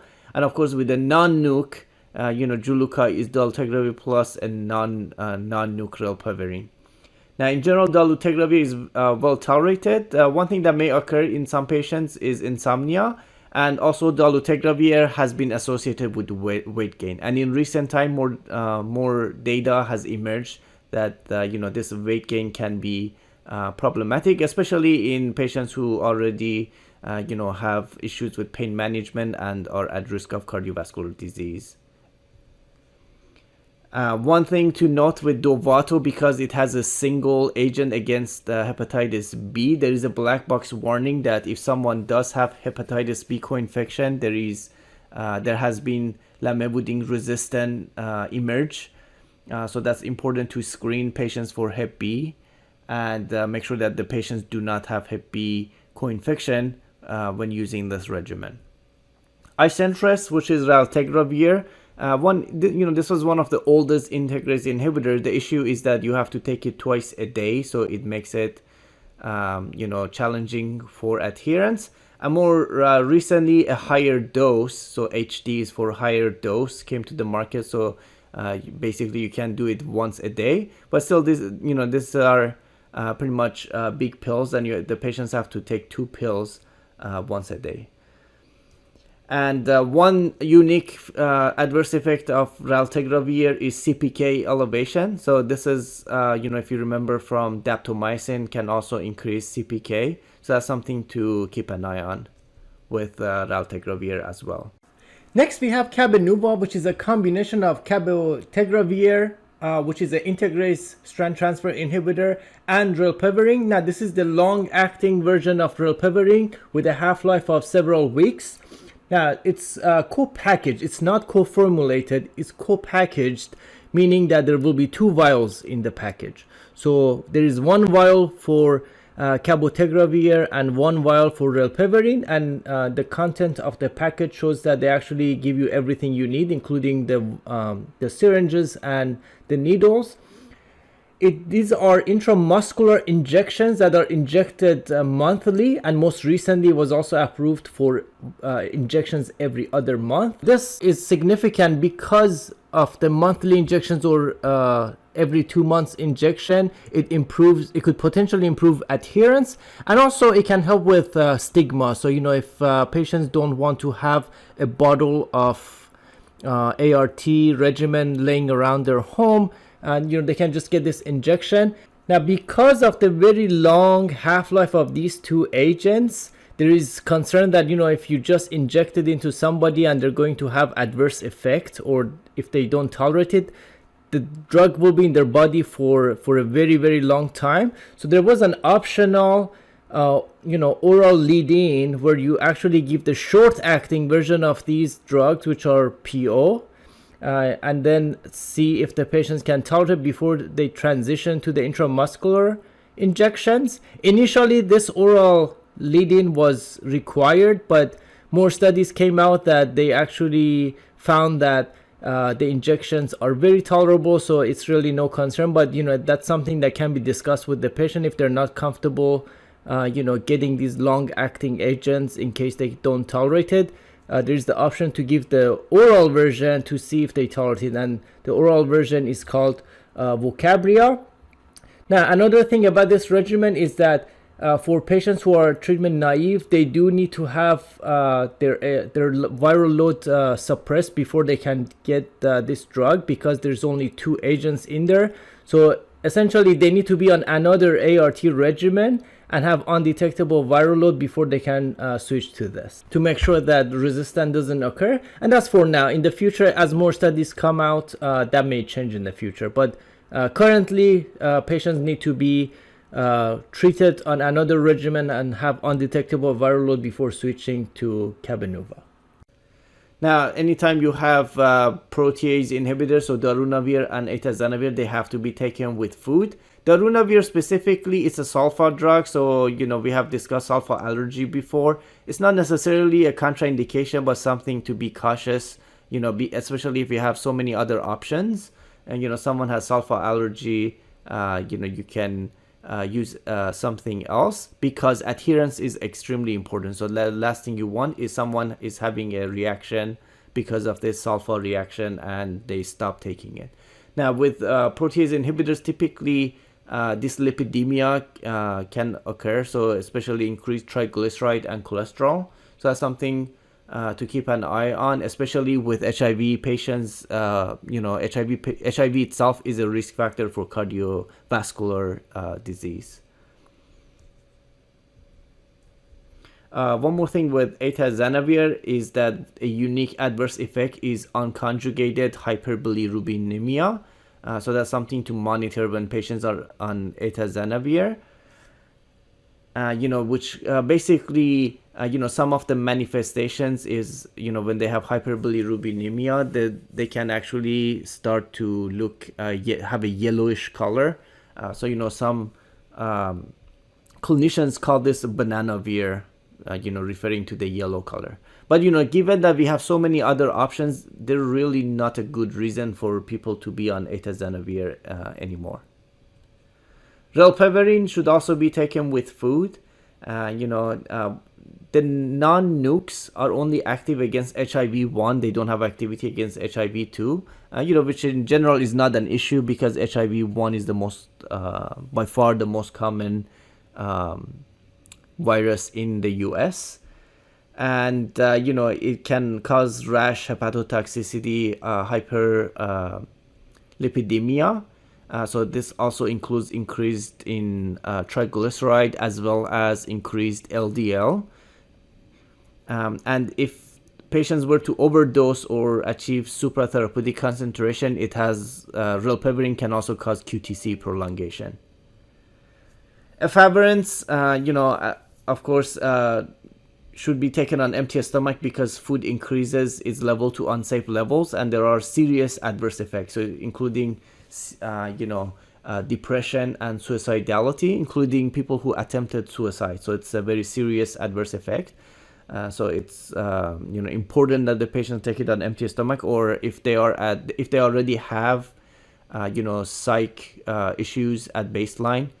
In general, it's best to avoid this regimen. But if there is no other option for the patient, the lower dose is an option. CNS side effects, occur in up to half of the patients, and basically they resolve after 2 to 4 weeks. So these are general CNS side effects such as confusion, abnormal dreams, somnolence, impaired concentration, and occasionally severe depression. Now, one thing that also helps with abnormal dreams is if we tell the patient to take this at bedtime. Because if you take it in the morning or throughout the day, by the time it's bedtime, the drug is in the system and it can cause vivid dreams. And these dreams are, very problematic. Patients remember them, and, it can be very problematic. So one strategy is to, if someone develops vivid dreams, to take it at bedtime, because by the time the drug kicks in and you have sufficient concentrations in the blood, it's almost morning, so the patient is waking up, so there is less likely to be those vivid abnormal dreams. And lastly, we have doravirine, which is also a non-nuke that was recently approved, and it, compared to other non-nuked, it has improved safety profile, including less neuropsychiatric side effects, as well as better lipid profile. In fact, it does not increase LDL and triglyceride, and it's also been shown to, if anything, it's going to reduce or lower LDL and triglyceride levels, and it may also, on the other hand, increase HDL levels. So, from a lipid profile, this drug seems pretty good, given that HIV patients are at risk of cardiovascular disease.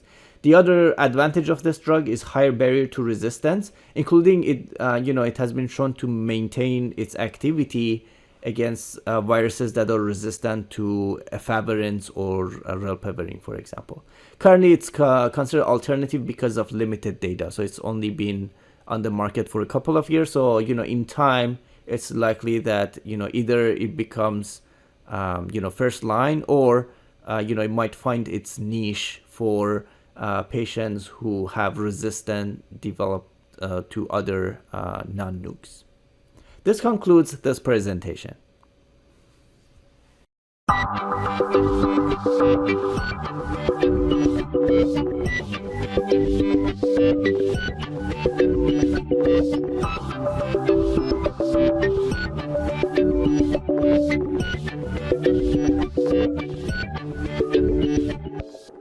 I'm Dr. Fakir Abari, and this is Human Immunodeficiency Virus in Adults, Part 2. Here are the reliable resources for HIV. In particular, we are going to cover clinical practice guidelines for pre-exposure prophylaxis, which were updated in 2021, just a few months ago. There are also guidelines for post-exposure prophylaxis, one for occupational post-exposure prophylaxis and one for non-occupational post-exposure prophylaxis, which are pretty similar, but we will only cover one of them in this course. The next learning objective is, given a patient at risk for exposure to HIV, recommend appropriate PrEP regimen. The 2021 guidelines for PrEP recommend that all sexually active patients should receive information about pre-exposure prophylaxis or PrEP. And of course, the ultimate goal of PrEP is to prevent the acquisition of HIV infection, along with its morbidity, mortality, and cost to individuals as well as society. PrEP is recommended for individuals who are at ongoing risk for HIV exposure, either from sexual behaviors or in individuals who inject drugs if they report injection practices that place them at risk. Now, one thing that is important is that acute and chronic HIV infection must be excluded by symptom history and HIV testing immediately before any pre-exposure prophylaxis regimen is prescribed. So let's take a look at how to exclude HIV. So clinicians should document a negative antibody test result within the 7 days before initiating PrEP. And this should be done ideally with an antigen antibody test. And it must be from the blood. So there should be a blood or serum sample. And it is preferred to have an antigen antibody test that's done in the laboratory.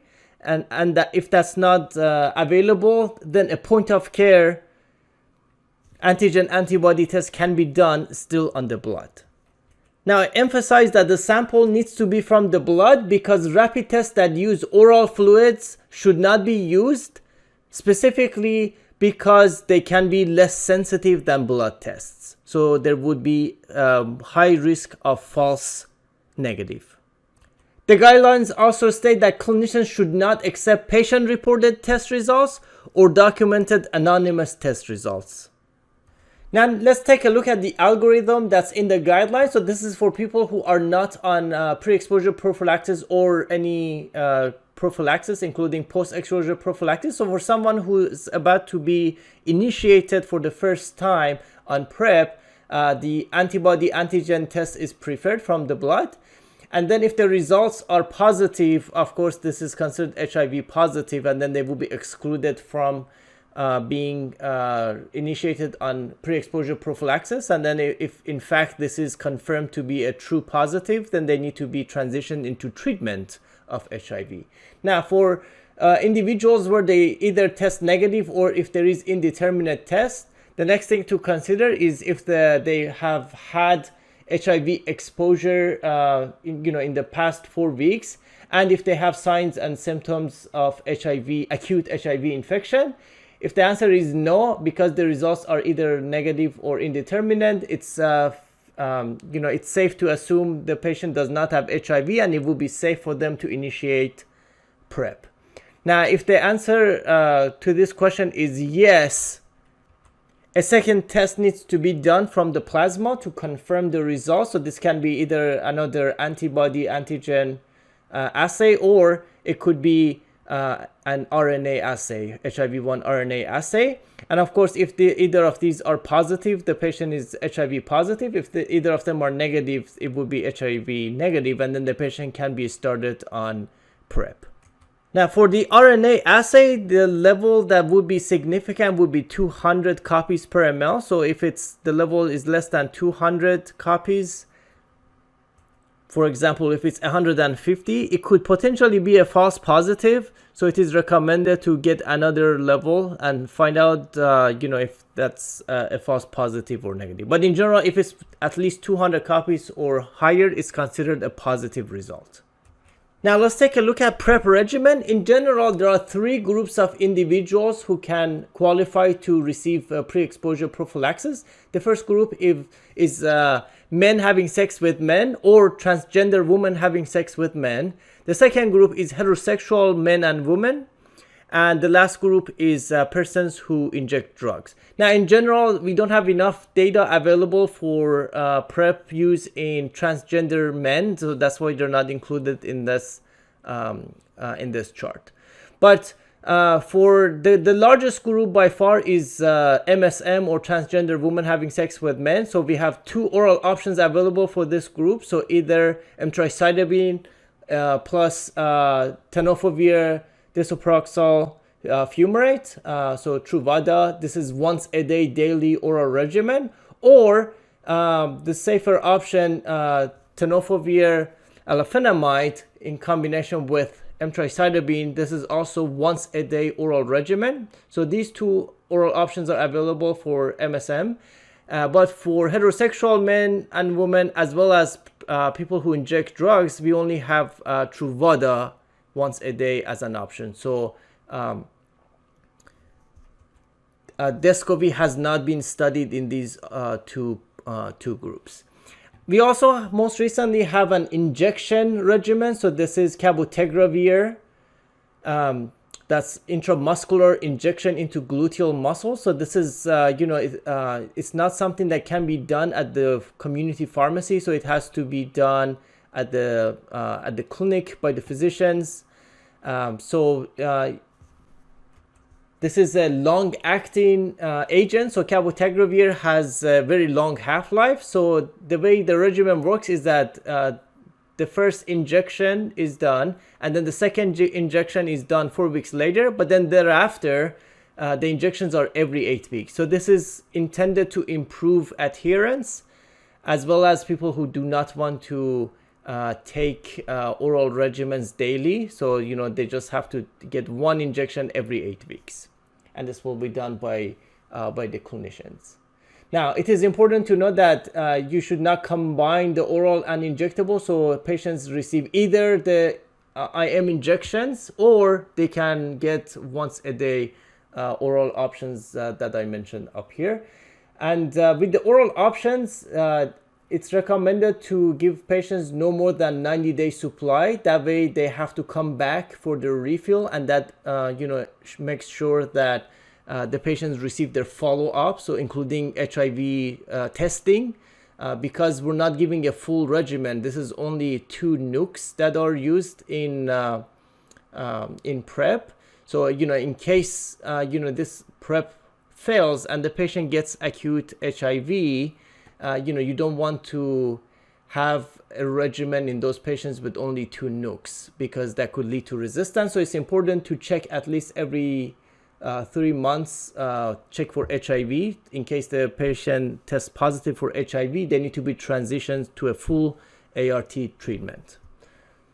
Now, when considering who will qualify for receiving PrEP, of course, these are people, for these two groups, people who are sexually active, defined as having sex in the past 6 months, and they also have to be at risk of being exposed to HIV. So if they have any of these, so either HIV positive sexual partner, or if they had a bacterial sexually transmitted infection in the past 6 months, or if history of inconsistent or no condom use with sexual partners.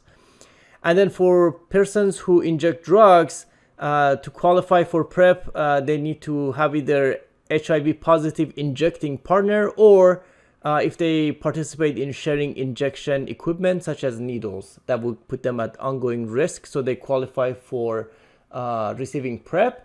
Now, before we can give these patients PrEP, it is important to document a negative HIV test that's been done in the past 7 days, as I mentioned before. and also to screen for acute HIV. So, that is to screen for any signs and symptoms of acute HIV. And of course, depending on what regimen it is, they must, of course, not have any contraindications.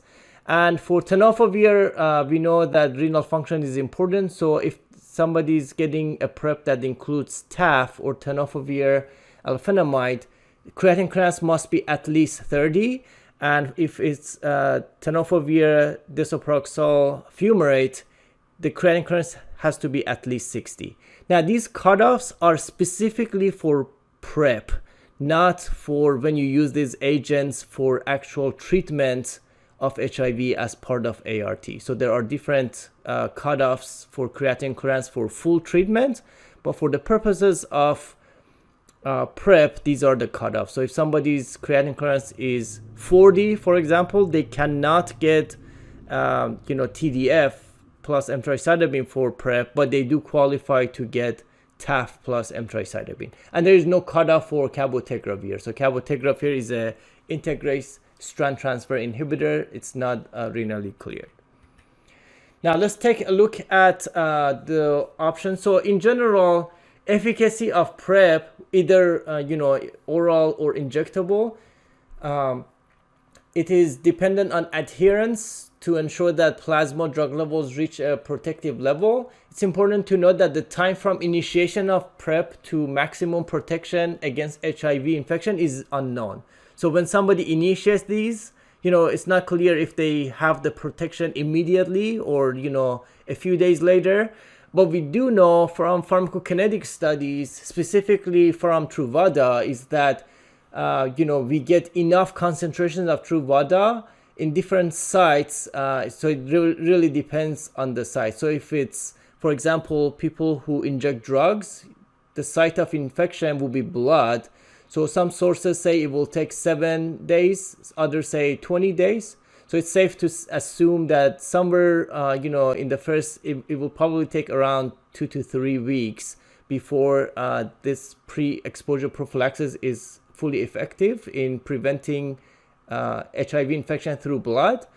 And that's 20 days in cervical-vaginal tissue. So for women, this makes a woman participating in vaginal intercourse. The cutoff is 20 days. For rectal tissue, which is the primary route for men having sex with men, as well as also for women, that could be the route of intercourse. So 7 days.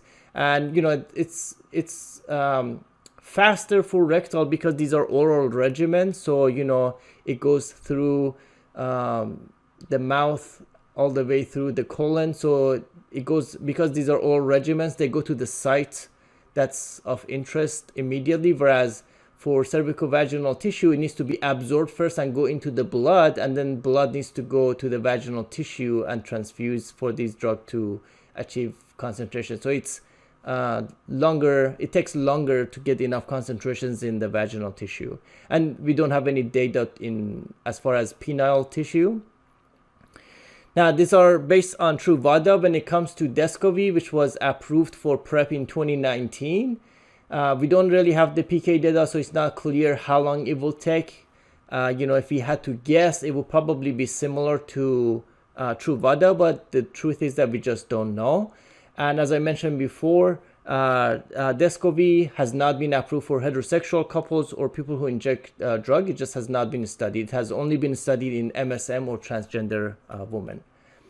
And of course, most recently, at the end of 2021, cabotegravir in long-acting was approved for pre-exposure prophylaxis. Now, because it so here's the package, and it has one vial, so it only has cabotegravir in it. It does not have relpevirine. So relpevirine is only used with this when you have the full treatment. But for pre-exposure prophylaxis, it's only cabotegravir, so only one agent.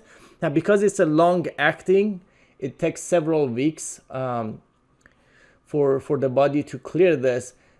Some patients may have concerns about tolerability. So if somebody was to have a bad adverse effect to this, they will have that for several weeks. So there is an optional short-acting oral cabotegravir that they can try for 4 weeks just to make sure they don't have any adverse effects. But this is optional because it is extremely rare for patients to have,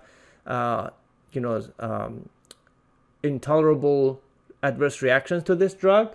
So that's optional. Just like the oral option, the time from initiation of PrEP with this regimen to protection is unknown, so it's not clear how long it would take. Now, because of the long half-life, there is this long tail of gradually declining drug levels. So if somebody wants to come off PrEP, then because of the long half-life, they're going to have the drug in their system for a long time, including once it goes subtherapeutic, they will have that subtherapeutic levels for a long time. So if they happen to get HIV infection during that time, they are at high risk of developing drug resistance. So that makes it tricky. When somebody discontinues this, it's probably a good idea to go on oral PrEP if they are to have some exposure to HIV. Of course, if somebody knows for sure they're not going to have exposure to HIV, it's not going to be an issue just discontinuing this. Now let's look at the follow-up for monitoring. So it is recommended that for all patients to at least every 3 months to get the HIV testing, as I mentioned before, to make sure that if they test positive, they need to transition. This is primarily based on oral PrEP, so we're talking about Truvada and Descovy. So if they do test positive, they need to be transitioned to ART. And the HIV testing is a combination of antigen antibody and RNA assay, which I'll explain shortly.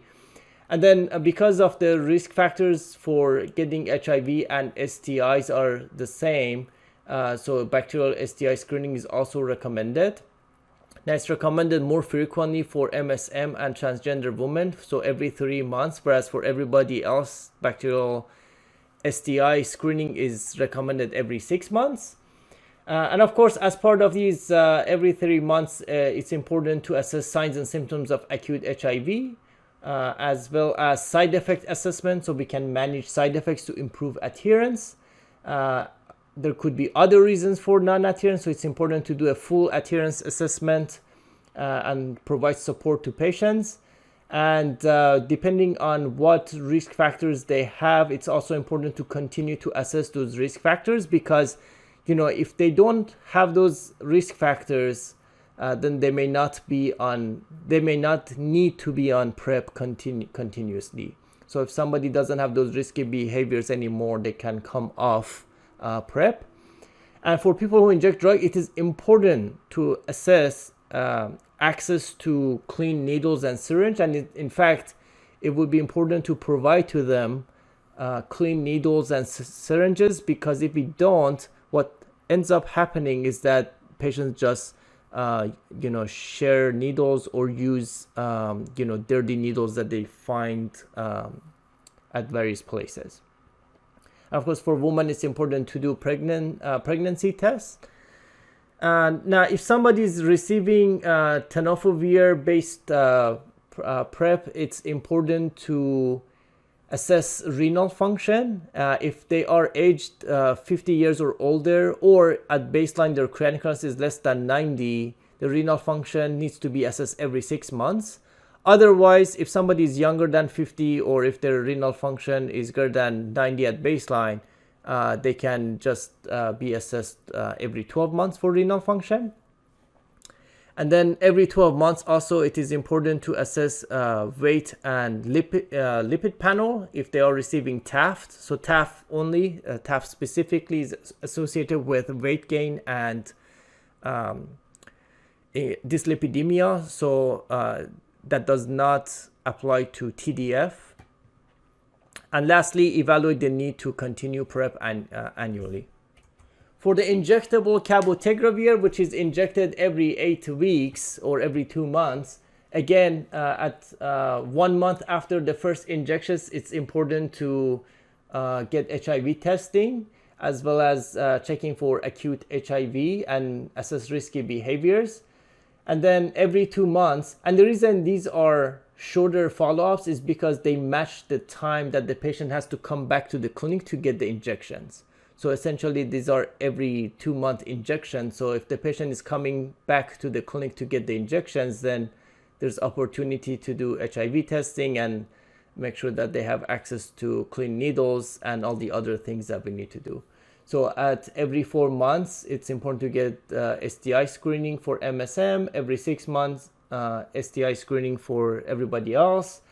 Every 12 months, assess desire to continue injections. So in other words, PrEP is kind of like birth control. So, people don't need to be on it for forever, but as long as they have risk of being exposed, the same way that, for pregnant, for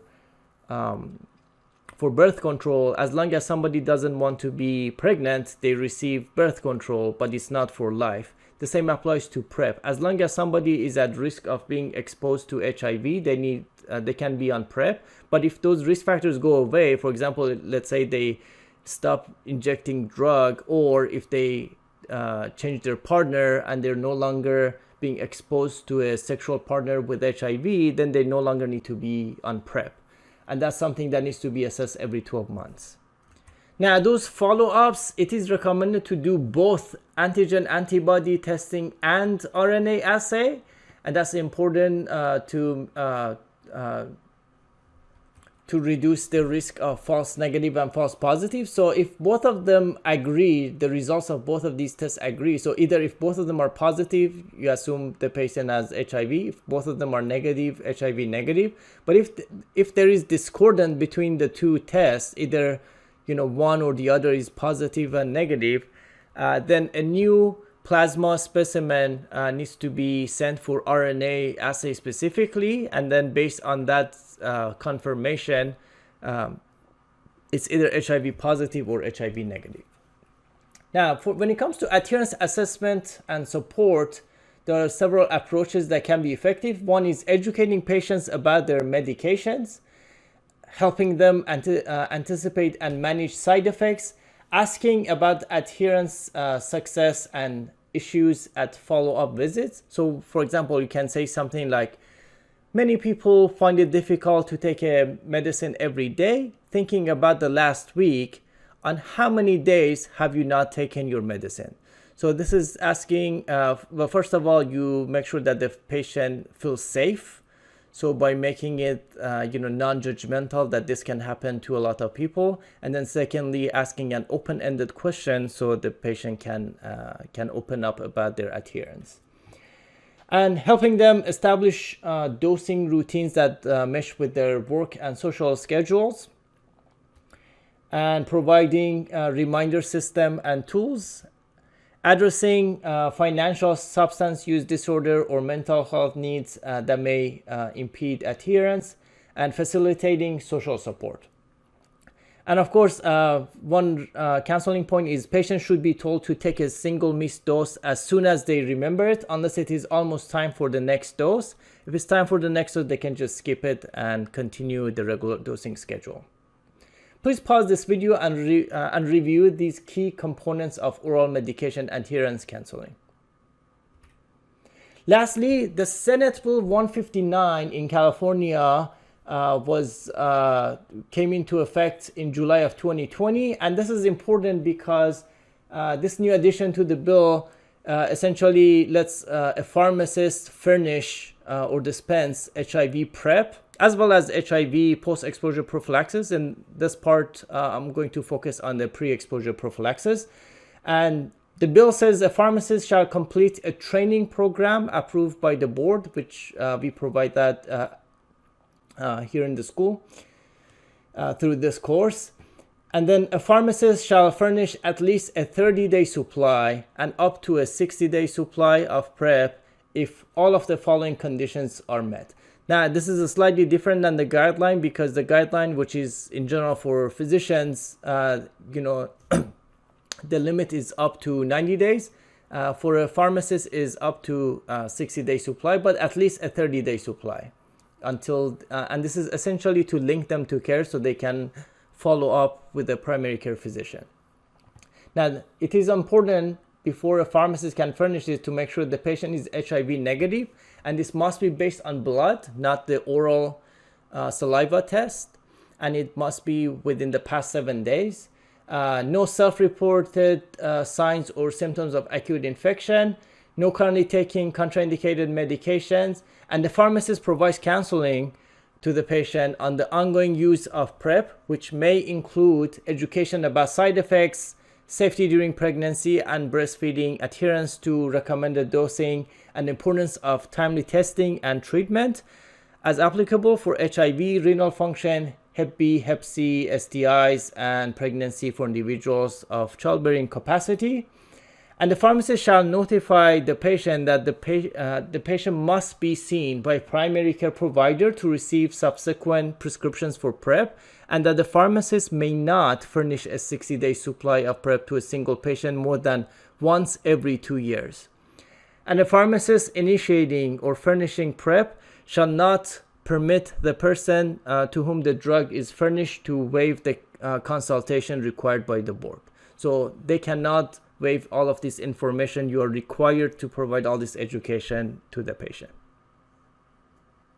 We looked at CDC recommendations for HIV pre-exposure prophylaxis. Now, given an HIV-exposed patient, recommend appropriate post-exposure prophylaxis regimen or PEP. When it comes to post-exposure prophylaxis, there are two different guidelines. There is one that's occupational post-exposure prophylaxis or OPEP, which primarily refers to the healthcare setting. For example, if you get a needle stick. There is also non-occupational post-exposure prophylaxis. So things like sexual assault or unprotected sex or exposure to injection drug use. We will focus on non-occupational post-exposure prophylaxis. The recommendations are basically identical. So the post-exposure prophylaxis should be started as soon as possible. However, it should not be started beyond 72 hours. So it's only effective as long as it's started within 72 hours. And because this is post-exposure, so possibly the virus could be inside the patient's body. Therefore, as opposed to pre-exposure prophylaxis, which was just the backbone, the post-exposure prophylaxis includes the full treatment. So you need the backbone, which is typically tenofovir, desoproxil, emtricitabine, plus a third agent, which is either raltegravir or dolutegravir. And alternatively, this third agent could be darunavir boosted with ritonavir. So these are the agents that have been studied, so that's why we shouldn't use anything else. For example, bictegravir and elvitegravir have not been studied for post-exposure prophylaxis. So our options are raltegravir and dolutegravir and darunavir. Another thing to note is that raltegravir twice a day dosing is studied for post-exposure prophylaxis. So the more recent formulation of raltegravir that's dosed once daily should not be used for PEP. It's only for treatment of HIV. And lastly, the new formulation of tenofovir TAF, which recently got the indication for PrEP.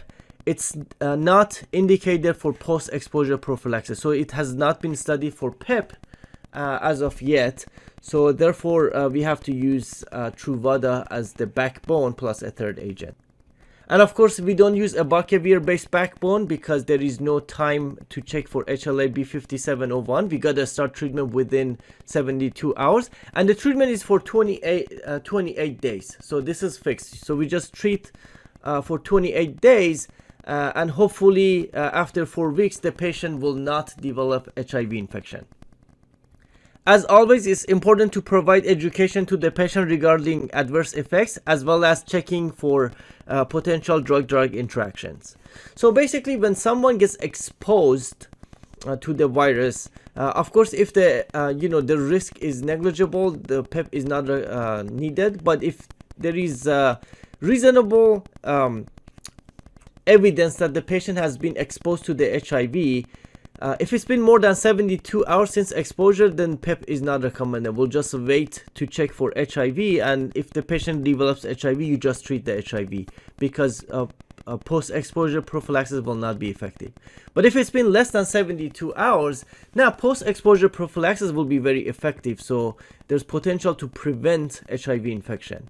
Now, if we do know the source, so for example, if somebody had unprotected sex with someone, we can potentially test the source and see if they're HIV positive or HIV negative.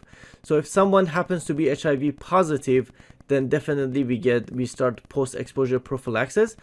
And then if we don't know the source, for example, in cases of sexual assault or rape, we just have to go case-by-case basis. In most cases, we would actually go ahead and do post-exposure prophylaxis. Now, when it comes to monitoring for post-exposure prophylaxis, so if we do know the source of the infection, it's helpful to check for HIV to see if the source actually had HIV, because if they didn't, then post-exposure prophylaxis will be unlikely. And then some of the other things that can be transmitted in the same way, such as Hep B, Hep C, some of the sexually transmitted infections like chlamydia, gonorrhea, and syphilis. These should be also tested in the source. And then in the patient who was exposed, also they need to be tested for HIV, as well as for Hep B, Hep C, and sexually transmitted infections. And then because we are to start post-exposure prophylaxis, we also need the serum creatinine and liver chemistries, because we're going to use Truvada and depending on whether you use raltegravir, dolutegravir, or darunavir, these will be used for monitoring. And then in 4 to 6 weeks, we check for HIV again. That will be at the end of treatment. So treatment is basically for 4 weeks or 28 days. So we check one more time, and then one last time we check HIV 3 months after exposure, just to make sure that post-exposure prophylaxis actually worked. So if this one comes out to be negative, we know that post-exposure prophylaxis worked and the patient did not get HIV. On the other hand, if this tests positive, then unfortunately the patient is diagnosed with HIV, and then they need to go on lifetime treatment. Now, one scenario where you would need to check HIV 6 months after exposure, if someone also tests positive for Hep C, because it's been shown that people who have Hep C while they were exposed to HIV, the seroconversion, meaning development of antibodies, will be delayed. So you would be detecting that at 6 months. So that's the only time you would get it at 6 months.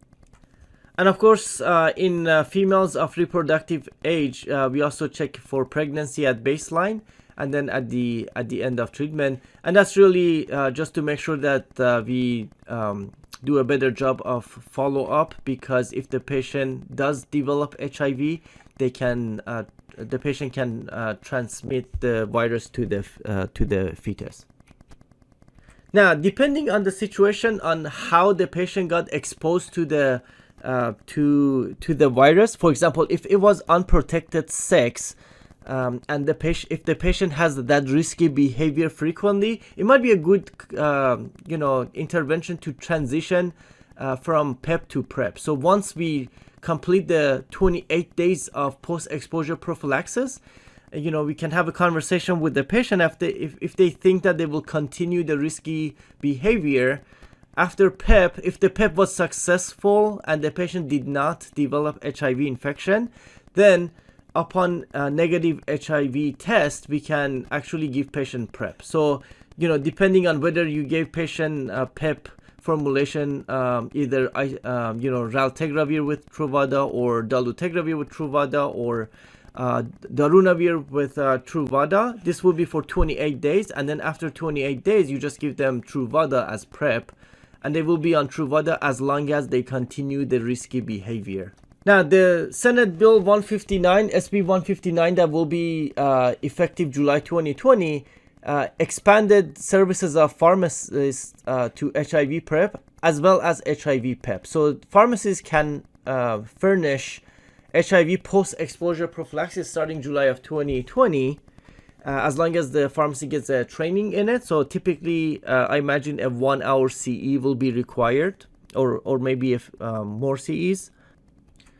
But most importantly, the pharmacist can furnish a complete course. Now, they don't specify what complete course is, but they do say that they will be referring to the CDC non-occupational post-exposure prophylaxis guideline, which would define the complete course as 28 days. So what they really mean here is a 28-day course of post-exposure prophylaxis. And then they follow the same requirements as the CDC guidelines. So it has to be within 72 hours of exposure. And just like PrEP, the pharmacist is required to provide the full counseling to the patient, including transition to PrEP. And the patient may not actually waive this consultation. So it's actually... We looked at CDC recommendations for HIV pre-exposure prophylaxis, as well as CDC's recommendation for post-exposure prophylaxis. Now, given an HIV patient case, evaluate and manage common drug-drug interactions. So when it comes to the pharmacokinetic boosters, we have cobicistat and ritonavir. Cobicistat is actually not an HIV drug, so it has no activity against HIV. Ritonavir itself is a HIV protease inhibitor. However, we actually don't use it for its protease inhibition because we use a lower dose. It's such a potent inhibitor of these enzymes that we actually use it at suboptimal doses. So the doses, 100 milligram of ritonavir is not enough to be active against HIV, but 100 milligram is such a potent inhibitor of these enzymes that we actually use it to boost the concentrations of other protease inhibitors. So you can see there are some differences between the two. One thing in particular about cobicistat is that it can actually artificially increase serum creatinine, and that's because it actually inhibits some of the secretion of serum creatinine. So it really does nothing to the GFR.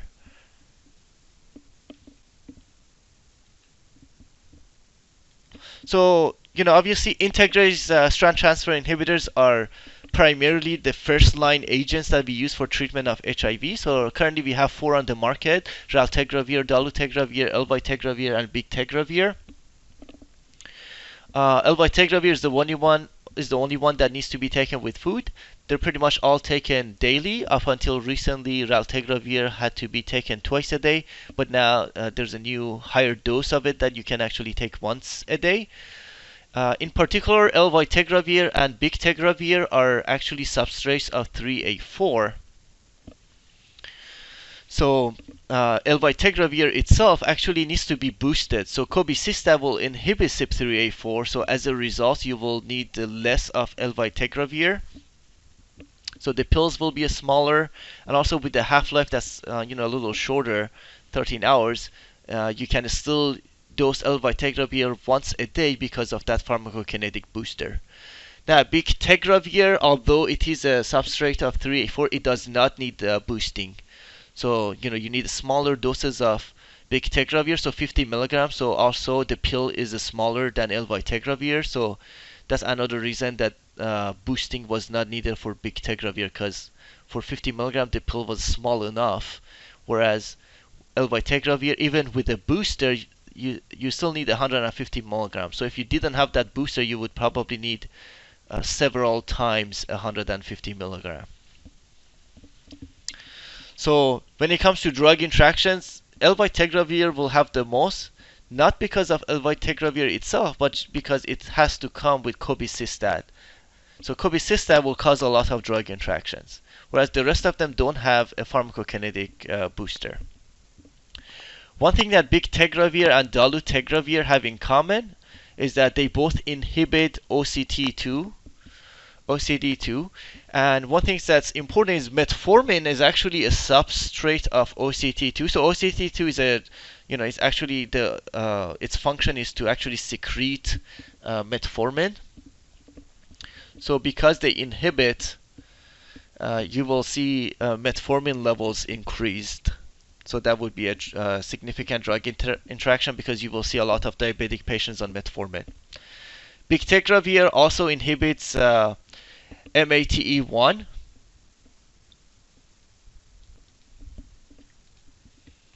So let's look at some clinically significant drug interaction. So all integrase strand transfer inhibitors will interact with cations like antacids. So any polyvalent cation containing like aluminum or calcium, they will actually bind to integrase inhibitors and will prevent their absorption. So for that reason, anything that contains a polyvalent cation should be avoided, or actually should be spaced out by 2 hours. So 2 hours before or after you give integrase strand transfer inhibitors. So all of them, all 4 of them will interact with antacids, or not just antacids, anything that has. So if you were giving calcium pills or anything that has a polyvalent cation. One thing that bictegravir and dolutegravir have in common is that they both will interact with metformin and dofetilide.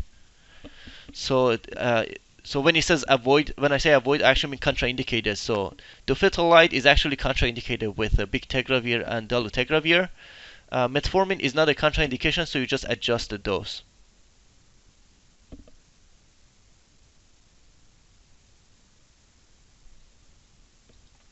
Now, there's a really good chance that cobicistat may also interact with dofetilide. However, it's not in the package insert at the moment. So they may just not have studied it, but be careful with cobicistat and dofetilide. I didn't see it in the package insert, but I suspect cobicistat will also interact with dofetilide. Bictegravir is also contraindicated with rifampin because rifampin is a strong inducer of CYP3A4 and bictegravir is a substrate, so rifampin should be avoided.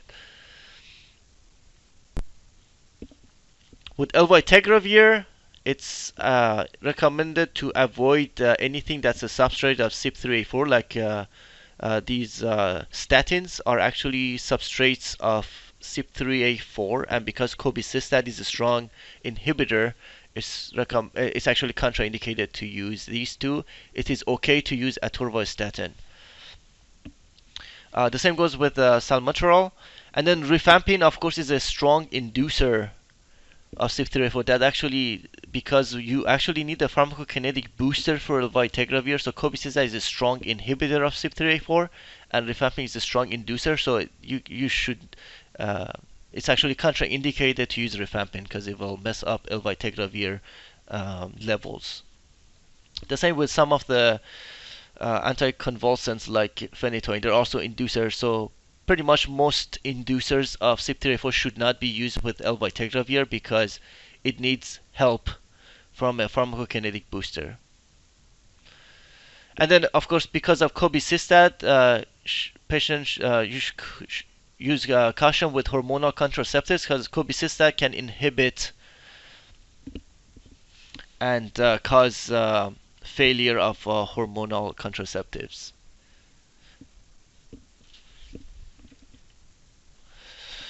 When it comes to protease inhibitor, of course, these are the 3 most common protease inhibitors, and of course they're boosted, and the reason they can be boosted is because they're all substrates of 3A4, so they're not usually renally cleared.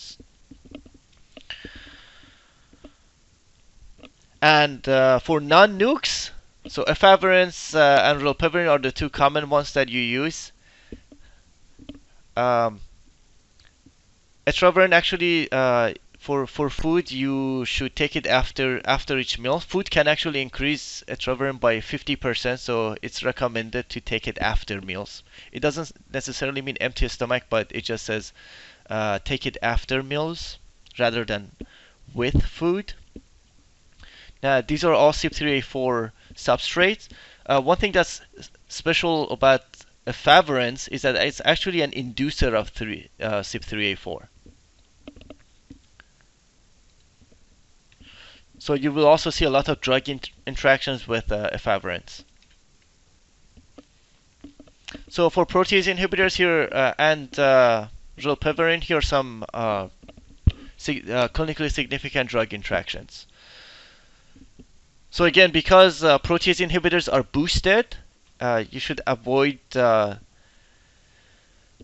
substrates of CYP3A4. So here are the 3 statins that are substrates of CYP3A4. Atorvastatin also has a separate mechanism of clearance, so it's not as strong. So it's only listed here for because it's in the package insert for atazanavir, boosted atazanavir, but it's okay to use atorvastatin with darunavir. There are also hepatitis C protease inhibitors that are also substrates of CYP3A4, so they should be avoided because these are boosted and the boosting will affect the levels of hep C drugs. And the same can be said about salmeterol. Now, atazanavir and rilpivirine both need an acidic environment for absorption. So with atazanavir and with rilpivirine, it's you should actually avoid proton pump inhibitors because they need the acidic environment. Let's take a look at some common drug interactions. When it comes to drug interactions, you will see that the majority of significant drug interactions are with boosted regimens, so either boosted protease inhibitors, so atazanavir, darunavir, and lopinavir are boosted with ritonavir or with cobicistat. And of course, elvitegravir is the only integrase strand transfer inhibitor that's boosted with cobicistat. And because these pharmacokinetic boosters are CYP enzyme inhibitors, they lead to significant drug interactions. Now, when it comes to corticosteroids, you will see that beclomethasone, which is available as both the nasal formulation as well as inhalation, is pretty much safe to take with any regimen. Now, for the sake of this discussion, we're going to ignore any topical formulations. Budesonide is available as inhaled and intranasal formulation, but it is also available as systemic formulation, so it can be taken orally. And you will see that it's contraindicated with any pharmacokinetic booster, so it's not, it should be avoided with the boosted PIs as well as elvitegravir. Now, it does interact with efavirenz because efavirenz is an inducer, but it's not really contraindicated. So you just have to monitor and make adjustments to the dose of budesonide. Now, systemic dexamethasone itself is a inducer, so it can actually reduce the concentration of protease inhibitors and elvitegravir. So it should be monitored and dose adjustments must be made. But the interaction is significant with rilpivirine, so it actually should be avoided with rilpivirine.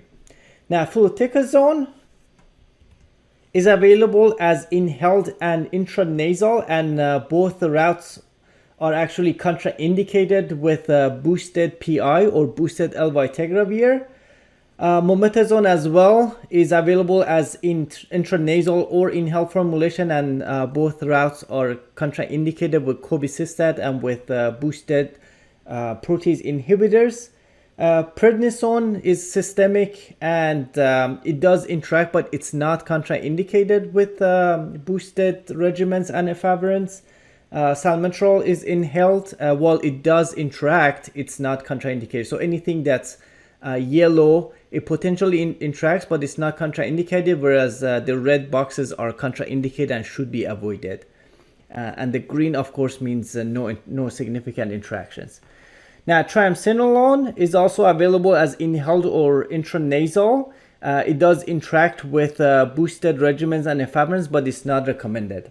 Of note, triamcinolone, fluticasone, and budesonide are also available over the counter as intranasal formulations. So as pharmacists, it is very important to provide education to patients who can easily walk to the shelves and grab any over-the-counter products. So if they are on these boosted regimens, it's important to let them know that fluticasone and budesonide over the counter are contraindicated, and triamcinolone would be the safer option should they need intranasal corticosteroids for seasonal allergies, for example, So that's an important education to provide to patients. Now, when it comes to some of the cardiovascular agents, of note, amlodipine and diltiazem are two commonly used calcium channel blockers. Because they are also substrates of CYP enzymes, they do interact with boosted regimens as well as efavirenz. However, they are not contraindicated, so you just have to monitor the patient's blood pressure and heart rate with diltiazem, and make adjustments to the dose of amlodipine and diltiazem based on their blood pressure and heart rate. Okay, so we are here at the local Walmart. We're gonna go check out the pharmacy.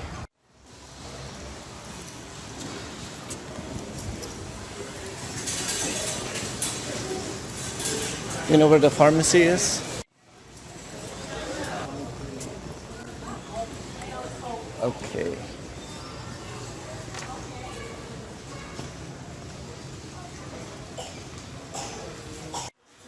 Okay, so I'm looking for over-the-counter allergy relief. Okay, so they have Flonase and Nasocort. Oh, Cecilia, you're here. I have a HIV patient who's taking boosted regimen. They want Flonase. What do you think? No, it's a terrible idea.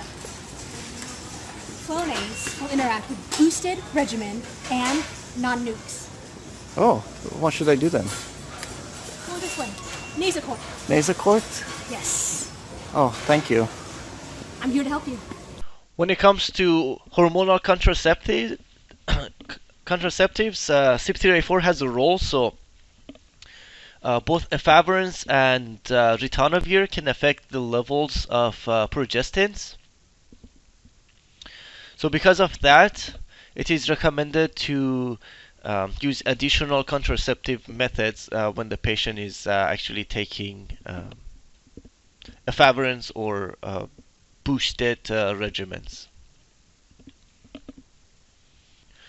So with these, they're not really contraindications, but you know, it's important to let the patient know that these can make hormonal contraceptives ineffective or less effective. So they should use alternative methods of contraception.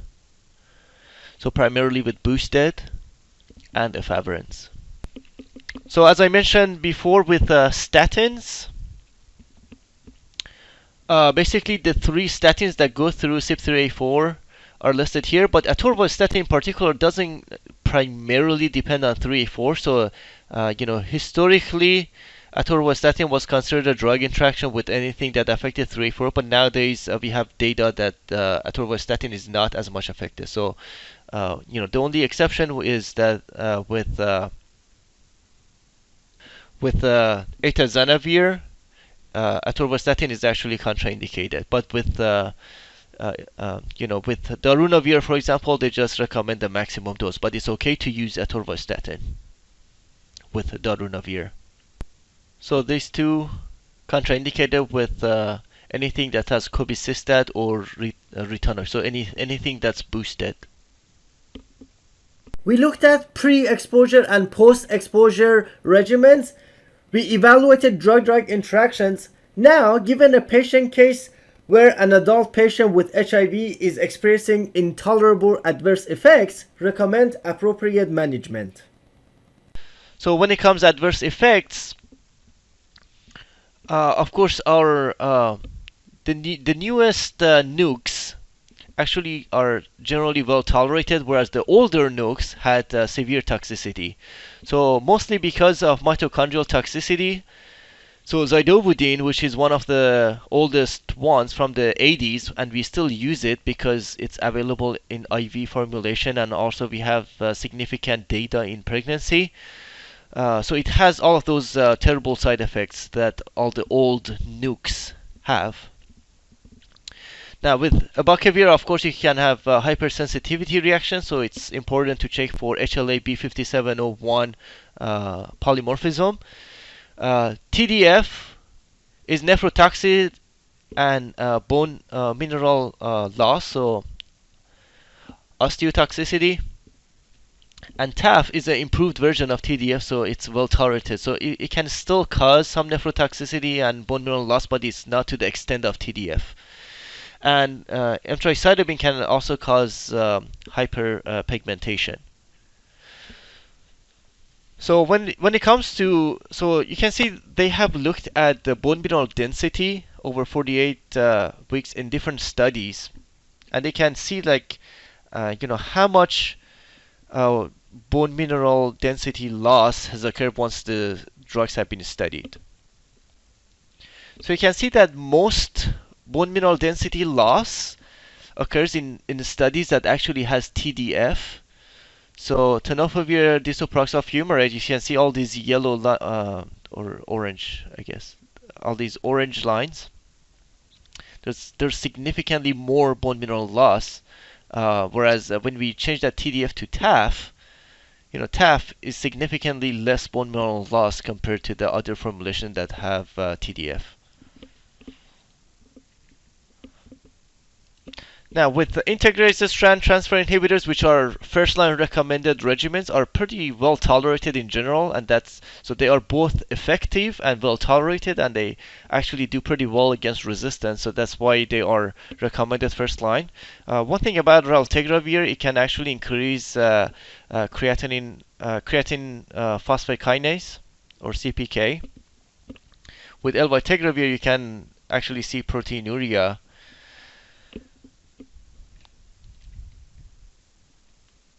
And when it comes to boosted protease inhibitors, darunavir is well tolerated.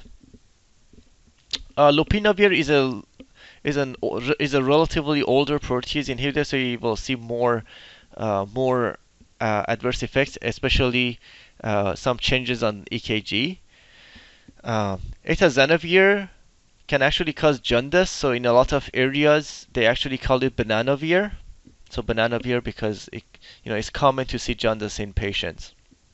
So because of that, because of toxicity, actually, these two agents are not used as much anymore.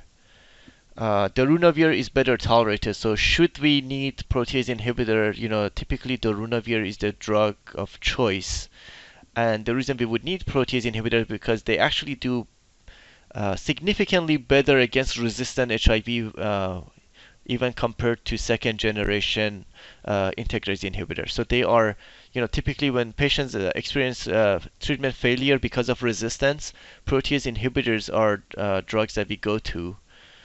But because of these side effects, and also drug interactions, we don't use them initially in someone who's treatment naive.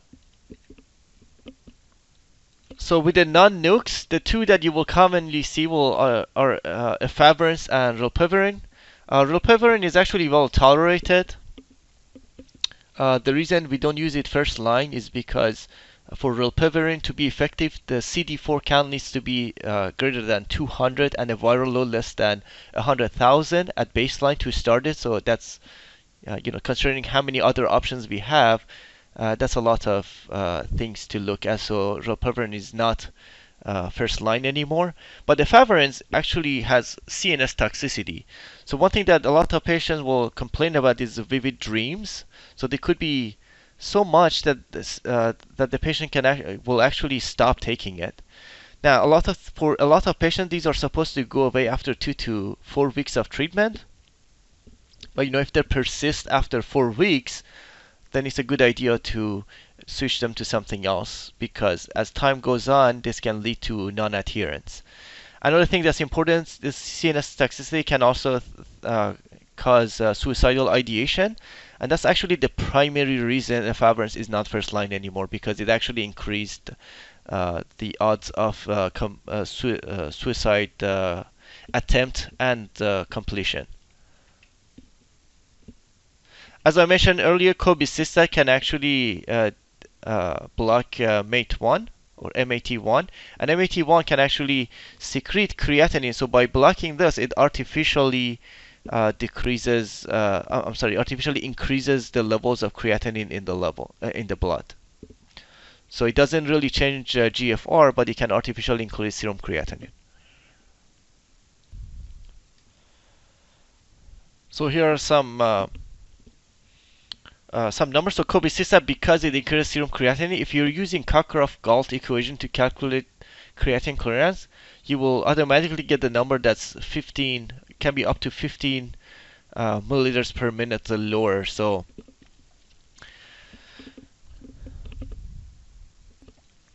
now rilpivirine and dolutegravir also have some, they also can increase serum creatinine, so keep that in mind. So when it comes to different regimens, it's important to consider renal function. So this is creatinine clearance cutoff. So for elvitegravir, cobicistat, emtricitabine, whether it's with with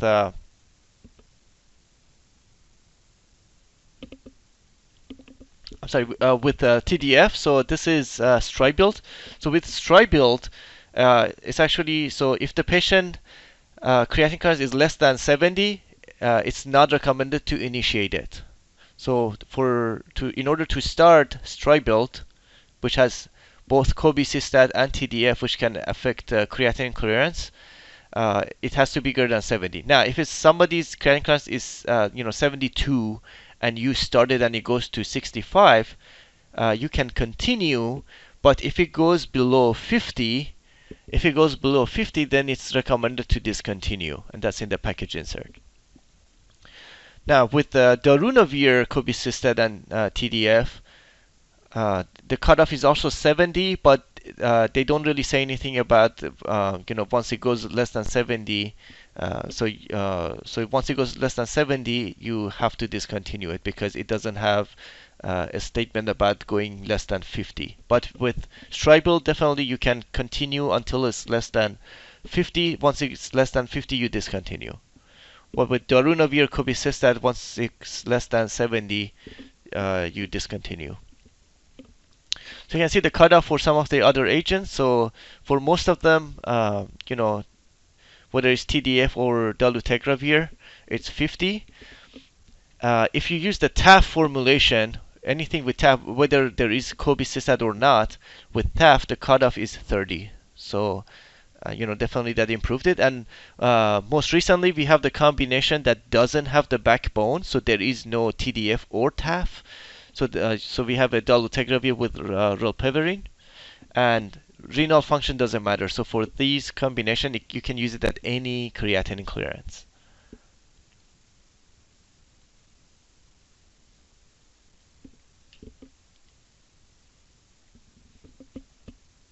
So should someone need a reason to change their ART, whether it's because of intolerable adverse effects or because their renal function got worse, or whatever the reason, there are some basic principles that should be considered when switching, in patients who are virologically suppressed on the current regimen. So one thing, although they may be virologically suppressed on the current regimen, it's important to review their past history to make sure they didn't have resistance to regimens in the past. So if they did have resistance in the past, you want to avoid those agents. If they have had resistance in the past, it's important to consult an expert. Generally speaking, switching within the same class is not an issue. So if someone didn't tolerate efavirenz and you were to switch them to rilpivirine, it will be okay.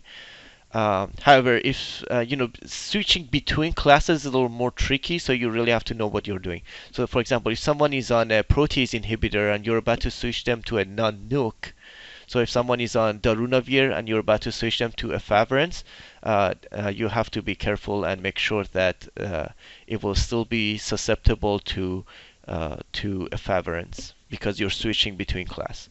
But generally speaking, it is possible to switch between classes if you don't have reason to believe that it will be resistant. We looked at CDC recommendation for HIV pre-exposure prophylaxis and post-exposure prophylaxis.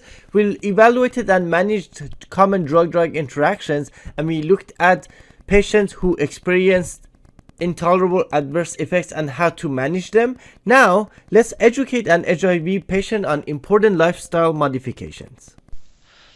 So now that we have really good potent HIV regimens, our HIV patients are actually living longer. So now we have been able to actually study and see, how does aging affect HIV patients? Because before, patients would die within 10 years of having HIV. So we couldn't do these studies before. In fact, you can see that in the 1990s, a lot of patients would die as they age, like very quickly. And then, throughout 2000s, as we improve treatment, more and more patients are actually living longer compared to the non-HIV infected patients. And this was a study from Denmark. These comorbidities include hypertension, which is the most common one, but also you can see HIV patients are more likely to have MI. So when you compare, so orange is HIV infected, blue is HIV uninfected. You can see significant difference in MI, but also peripheral arterial disease, when it also CKD. So factors related to non-AIDS comorbidities, obviously aging is a huge part of it, but unfortunately we cannot do anything about aging. And then the other thing is that chronic HIV infection will lead to chronic inflammation. So even in patients who have undetected viral load, there will be chronic inflammation.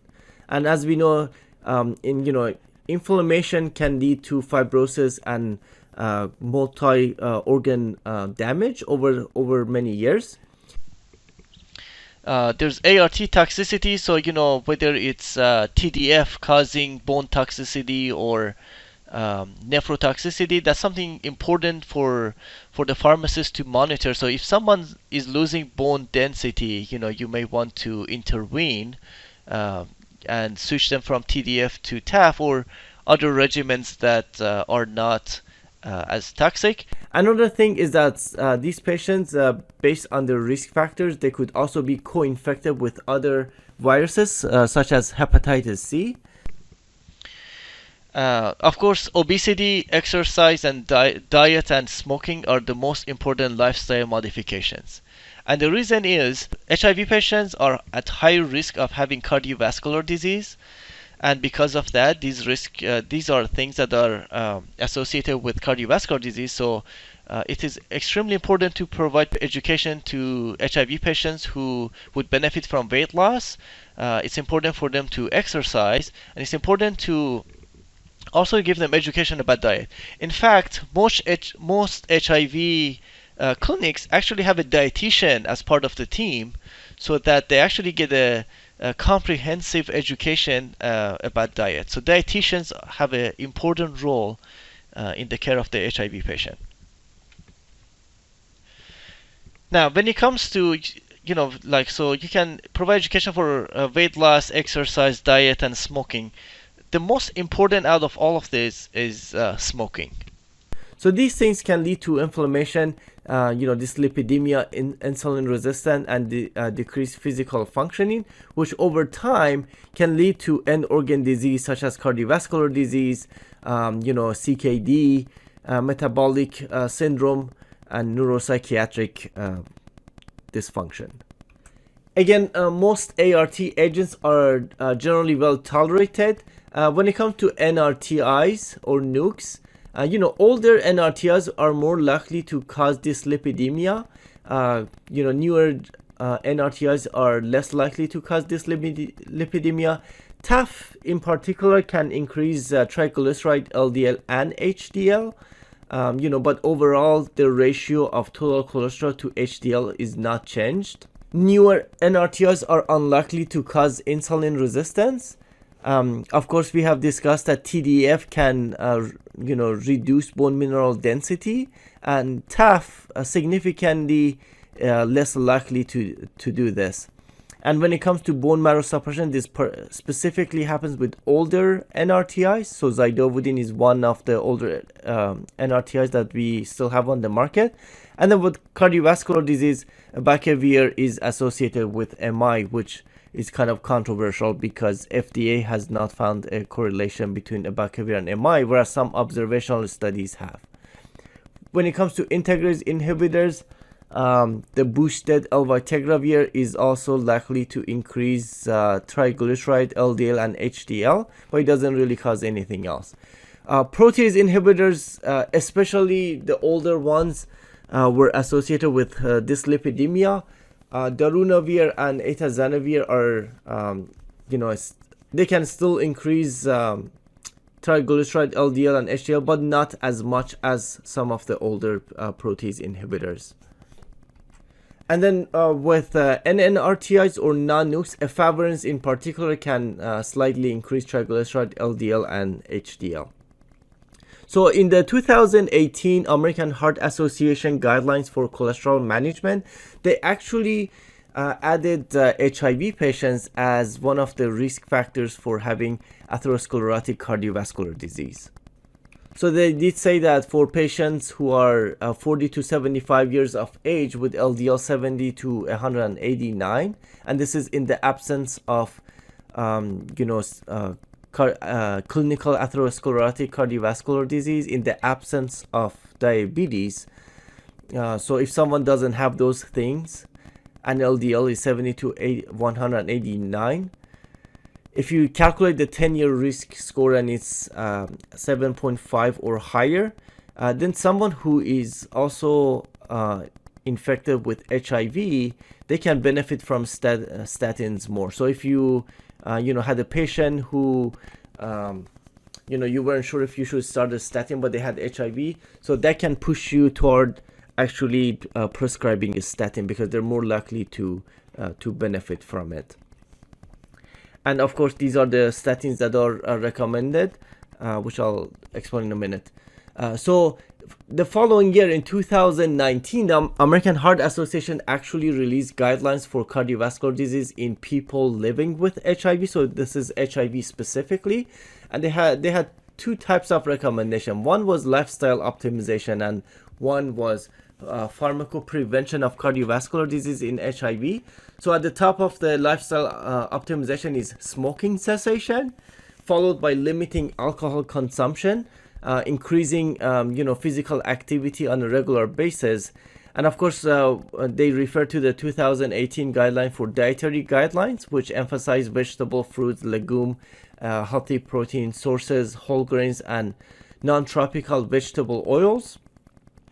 And they wanted patients to limit intake of sweets, sugar sweetened and artificially sweetened beverages, as well as red meats. When it comes to pharmacoprevention, in general, there are 4 groups of patients who benefit from statin therapy. And this is similar to non-HIV infected patients, but this guideline, this algorithm is specific for HIV patients. So for secondary prevention, is basically someone who already had an MI, stroke, or peripheral arterial disease. So someone who already had an event, you want to prevent another event. So that would be secondary prevention. And these are patients aged 21 or older with clinical atherosclerotic cardiovascular disease, and they will be considered high risk. So they need high risk approach. The rest of the groups who need a statin would be primary prevention. So these are people who have not had an event yet, but we want to prevent them from having an event for the first time. So it would be, so the second group would be patients with a very high LDL, so LDL 190 or higher. That would be high risk. The third group would be diabetic patients aged 40 to 75. And then the last group would be people without diabetes, without high LDL, and without clinical atherosclerotic cardiovascular disease. And in these patients, we calculate atherosclerotic cardiovascular disease. And they did have 3 different calculators that you can use. So the most famous one that's commonly used nowadays is the 10-year atherosclerotic cardiovascular disease risk score. And they did say that you can, if it's 7.5% risk or higher, they will be high risk. If it's less, it will be low risk. Now, they do say that these calculators did not have HIV patients in them. And in general, HIV patients are 1.5 to 2-fold, they have 1.5 to 2-fold greater risk of having cardiovascular disease. So whatever you calculate, it's more likely higher in people living with HIV. So for example, if you calculate it to be 6.5, in a HIV patient, it will likely be more than 7.5, so you can consider them high risk. And in high risk patients, basically you go to this green area. Of course, you start with lifestyle modification, so such as smoking cessation, and then you want to use a lipid lowering drug therapy, statins primarily. Whereas for patients who have low risk, statin therapy may not be indicated. And then when it comes to smoking, they looked at smoking cessation in people who are infected with HIV and compared that to people who had smoking cessation but they did not have HIV. So here on the y-axis, we're looking at the incidence of myocardial infarction, and on the x-axis, we're looking at the time in years. So you can see that the lowest risk of MI is in patients who do not have HIV and who never smoked. And when you compare that to HIV positive patients who never smoked, you can see this is pretty similar. So this slightly higher in HIV patients who never smoked, but still higher in HIV positive patients. Now when you compare to people who were previously smokers and did not have HIV, so that's even a history of smoking increased the risk of MI more than HIV did. But when you compare former smokers who actually have HIV positive, you can see this is significantly higher. So a combination of HIV and smoking is very detrimental as far as incidence of MI. And you can see the maximum risk of MI is in patients who are HIV positive, who are current smokers. So, smoking cessation, you can see that it will reduce the rate of MI significantly. To make things worse, about half of people living with HIV in the US are current cigarette smokers, and cigarette smoking is not only a risk factor for MI, but also a risk factor for stroke, for lung disease such as lung cancer emphysema, and infections such as bacterial pneumonia, tuberculosis, and pneumocystis jirovecii pneumonia. Now, one of the problems with smoking cessation is that for majority of patients, it's difficult to achieve smoking cessation. In fact, the rate happens to be in the long term about 12 to 15%, at least in the studies. So if you encounter patients who are unable to quit despite intensive intervention, including pharmacological intervention, an alternative goal for smokers who cannot quit is cutting down. And basically what that means is that reducing the number of cigarettes per day has been shown to have survival advantage compared to heavier smoking. And studies have shown that most smokers living with HIV can successfully cut down their tobacco use within 24 weeks. So, when you provide education to patients, you can talk about weight loss, you can talk about statin therapy, you can talk about diet and exercise, but the number one recommendation to discuss with patients should be smoking cessation, or at least cutting down on cigarettes per day. We looked at CDC recommendations for PrEP and PEP. We evaluated and managed drug-drug interactions. We looked at patients who experience intolerable adverse effects and how to manage them. And we educated the patients on importance of lifestyle modifications. Now, when indicated, let's recommend immunization to patients living with HIV. Generally speaking, the immune response in people living with HIV is significantly lower. Even when the patients are receiving ART, the CD4 T lymphocyte remains significantly lower compared to people who do not have HIV. Even the B cell activation will be impacted by HIV, and this is most likely due to the persistent inflammation. Even in patients who have undetectable viral load, this inflammation persists. And in general, recommendations for vaccinations are similar in HIV patients, with the exceptions of a few contraindications in HIV patients, especially with CD4 count less than 200, because they will be severely immunocompromised, especially when it comes to live vaccines.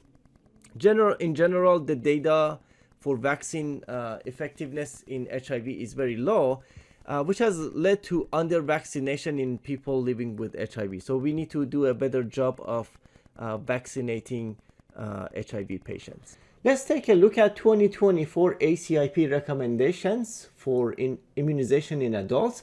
We're going to look at what's recommended in general for healthy persons without HIV, and then we're going to look at what's recommended for people living with HIV and consider them in two groups, one with AIDS, so CD4 less than 200 or less than 15% lymphocytes, or people without AIDS, CD4 greater than or equal to 200 or greater than or equal to 15%. So for the annual influenza vaccine, which is recommended for everyone, either recombinant or inactivated, that stands true for whether people have or living with HIV or not. However, with the live attenuated influenza vaccine, that's actually contraindicated when people with HIV, so that should not be used. And of course, for healthy persons without HIV, it is not preferred, but it can be considered in people between ages 2 to 50.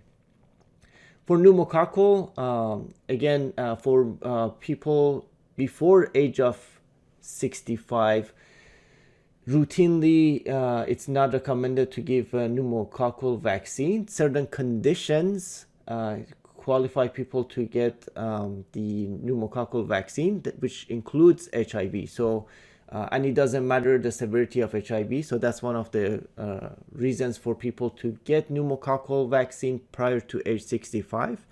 And of course, PCV is preferred. If PCV 15 is used, it should be followed by a dose of PPSV 23. Otherwise, if the patient received a dose of PCV 20 or 21, they are good. They do not need the PPSV 23. And for hepatitis A, any person who is not fully vaccinated and requests vaccination should be receiving it, but otherwise it's not routinely recommended for healthy persons. However, it is recommended for certain situations, including HIV, and the severity doesn't matter. So people living with HIV should receive hepatitis A vaccination. Other qualifying conditions includes MSM, drug use, and this drug use is either injection or non-injection drug use. People with chronic liver disease such as cirrhosis, people who are homeless, and these are the common ones. There are other conditions that can qualify, for example, traveling to areas with a high risk of hepatitis, for example. For hepatitis B, it is routinely recommended in healthy persons up to age 59 to complete their routine vaccination for hepatitis B. Outside of that, there are situations that qualify people for getting Hep B, that includes HIV, Hep C, and people who inject drug, liver disease, sexual risk, and men having sex with men. For Tdap or TD, routinely everybody needs to get it every 10 years, and that's the same for HIV. For meningococcal, there are 5 serotypes that are circulating in the US, so A, B, C, W, and Y.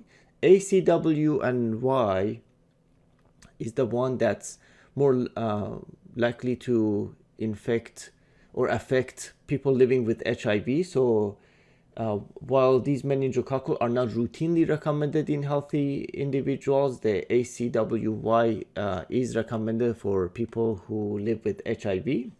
Men B, so serotype B is not necessarily a common one in people living with HIV, so it's not routinely recommended in HIV, but other conditions such as asplenia or complement deficiency will require this, and there is a new formulation on the market that includes all 5 serotypes, at the same time, in the same shot. So adults may receive a single dose of Pembrya, which is the brand name for this new formulation, as an alternative to separate administration of MenACWY and MenB, when both vaccines would be given to in the same clinic day. For HPV, it is routinely recommended up to age 26. Beyond age 26 up to age 45, it is a shared decision making, and that's regardless of HIV status. Varicella vaccine is a live vaccine, so it is contraindicated in AIDS. So in advanced immunodeficiency, people who are immunocompromised should not be receiving live vaccines. So varicella vaccine is contraindicated. Otherwise, people, if they qualify, they may receive varicella vaccine. For recombinant zoster vaccine, which we have Shingrix. Shingrix is not a live vaccine, so HIV status, is not important. Everybody aged 50 and older should receive Shingrix shots, regardless of HIV status. And most recently, we have RSV vaccines available for the very first time. So these are recommended for anybody age 75 or older. Those are the most at risk for getting hospitalized, and that's regardless of HIV status. For age 60 to 74 years, if those patients are at increased risk of severe RSV based on comorbidities and compromise, those patients may also receive RSV vaccines. We also have a Mpox vaccine, Jynneos, and any person at risk for Mpox infection, regardless of HIV status, should receive Mpox. And essentially, these are persons who are gay, bisexual, and other men having sex with men, transgender or non-binary people who in the past 6 months have had either a new diagnosis of at least one sexually transmitted infection, or more than one sex partner, or sex at a commercial sex venue, or sex in association with a large public event in a geographic area where Mpox transmission is occurring. Those qualify patients to get Mpox, and that includes healthcare providers if they are at risk. Now here is a summary of recommendations for pneumococcal vaccines prior to age 65. So we can see that certain conditions qualify people to get pneumococcal vaccine, and HIV, of course, as mentioned, is one of the conditions where people will need to get either PCV 15, 20, or 21 prior to age 65. And if they got PCV 20 or 21, there is no need for a follow-up PPSV 23. But if there is PCV 15, there needs to be a PPSV 23 at least 1 year after PCV 15. If for some reason they had already received PPSV 23 and now they need to get their PCV, there needs to be at least 1 year apart. Now here are the recommendations for the 2024-2025 COVID vaccines, which were actually updated in October of 2024. So in general, all persons aged 6 months and older should receive the updated annual COVID vaccine. And so essentially most people will be fully vaccinated, so they essentially need a single shot. In case you come across people who are unvaccinated, again, one shot is recommended unless it's Novavax. For Novavax, they need to get 2 shots that are 3 to 8 weeks apart. But otherwise, everybody gets 1 shot. Except for 2 groups of people who are at increased risk, so they may get additional doses. So the first group is persons aged 65 years and older, and this is the new recommendation that came from the October 2024 meeting from ACIP. So now they recommend for age 65 and older 2 doses of the vaccine that needs to be 6 months apart. And in case that 6 months cannot exactly be arranged, at minimum it needs to be 2 months apart. The second group is immunocompromised patients. So that includes people living with HIV, and they should receive at least 2 doses. So again, this should be 6 months apart with a minimum of 2 months interval. And it says at least, so based on clinical judgment, based on shared decision making, and based on severity of immunosuppression, patients may actually get additional. And it's important that every additional dose should be at least 2 months after the previous dose. This concludes this presentation.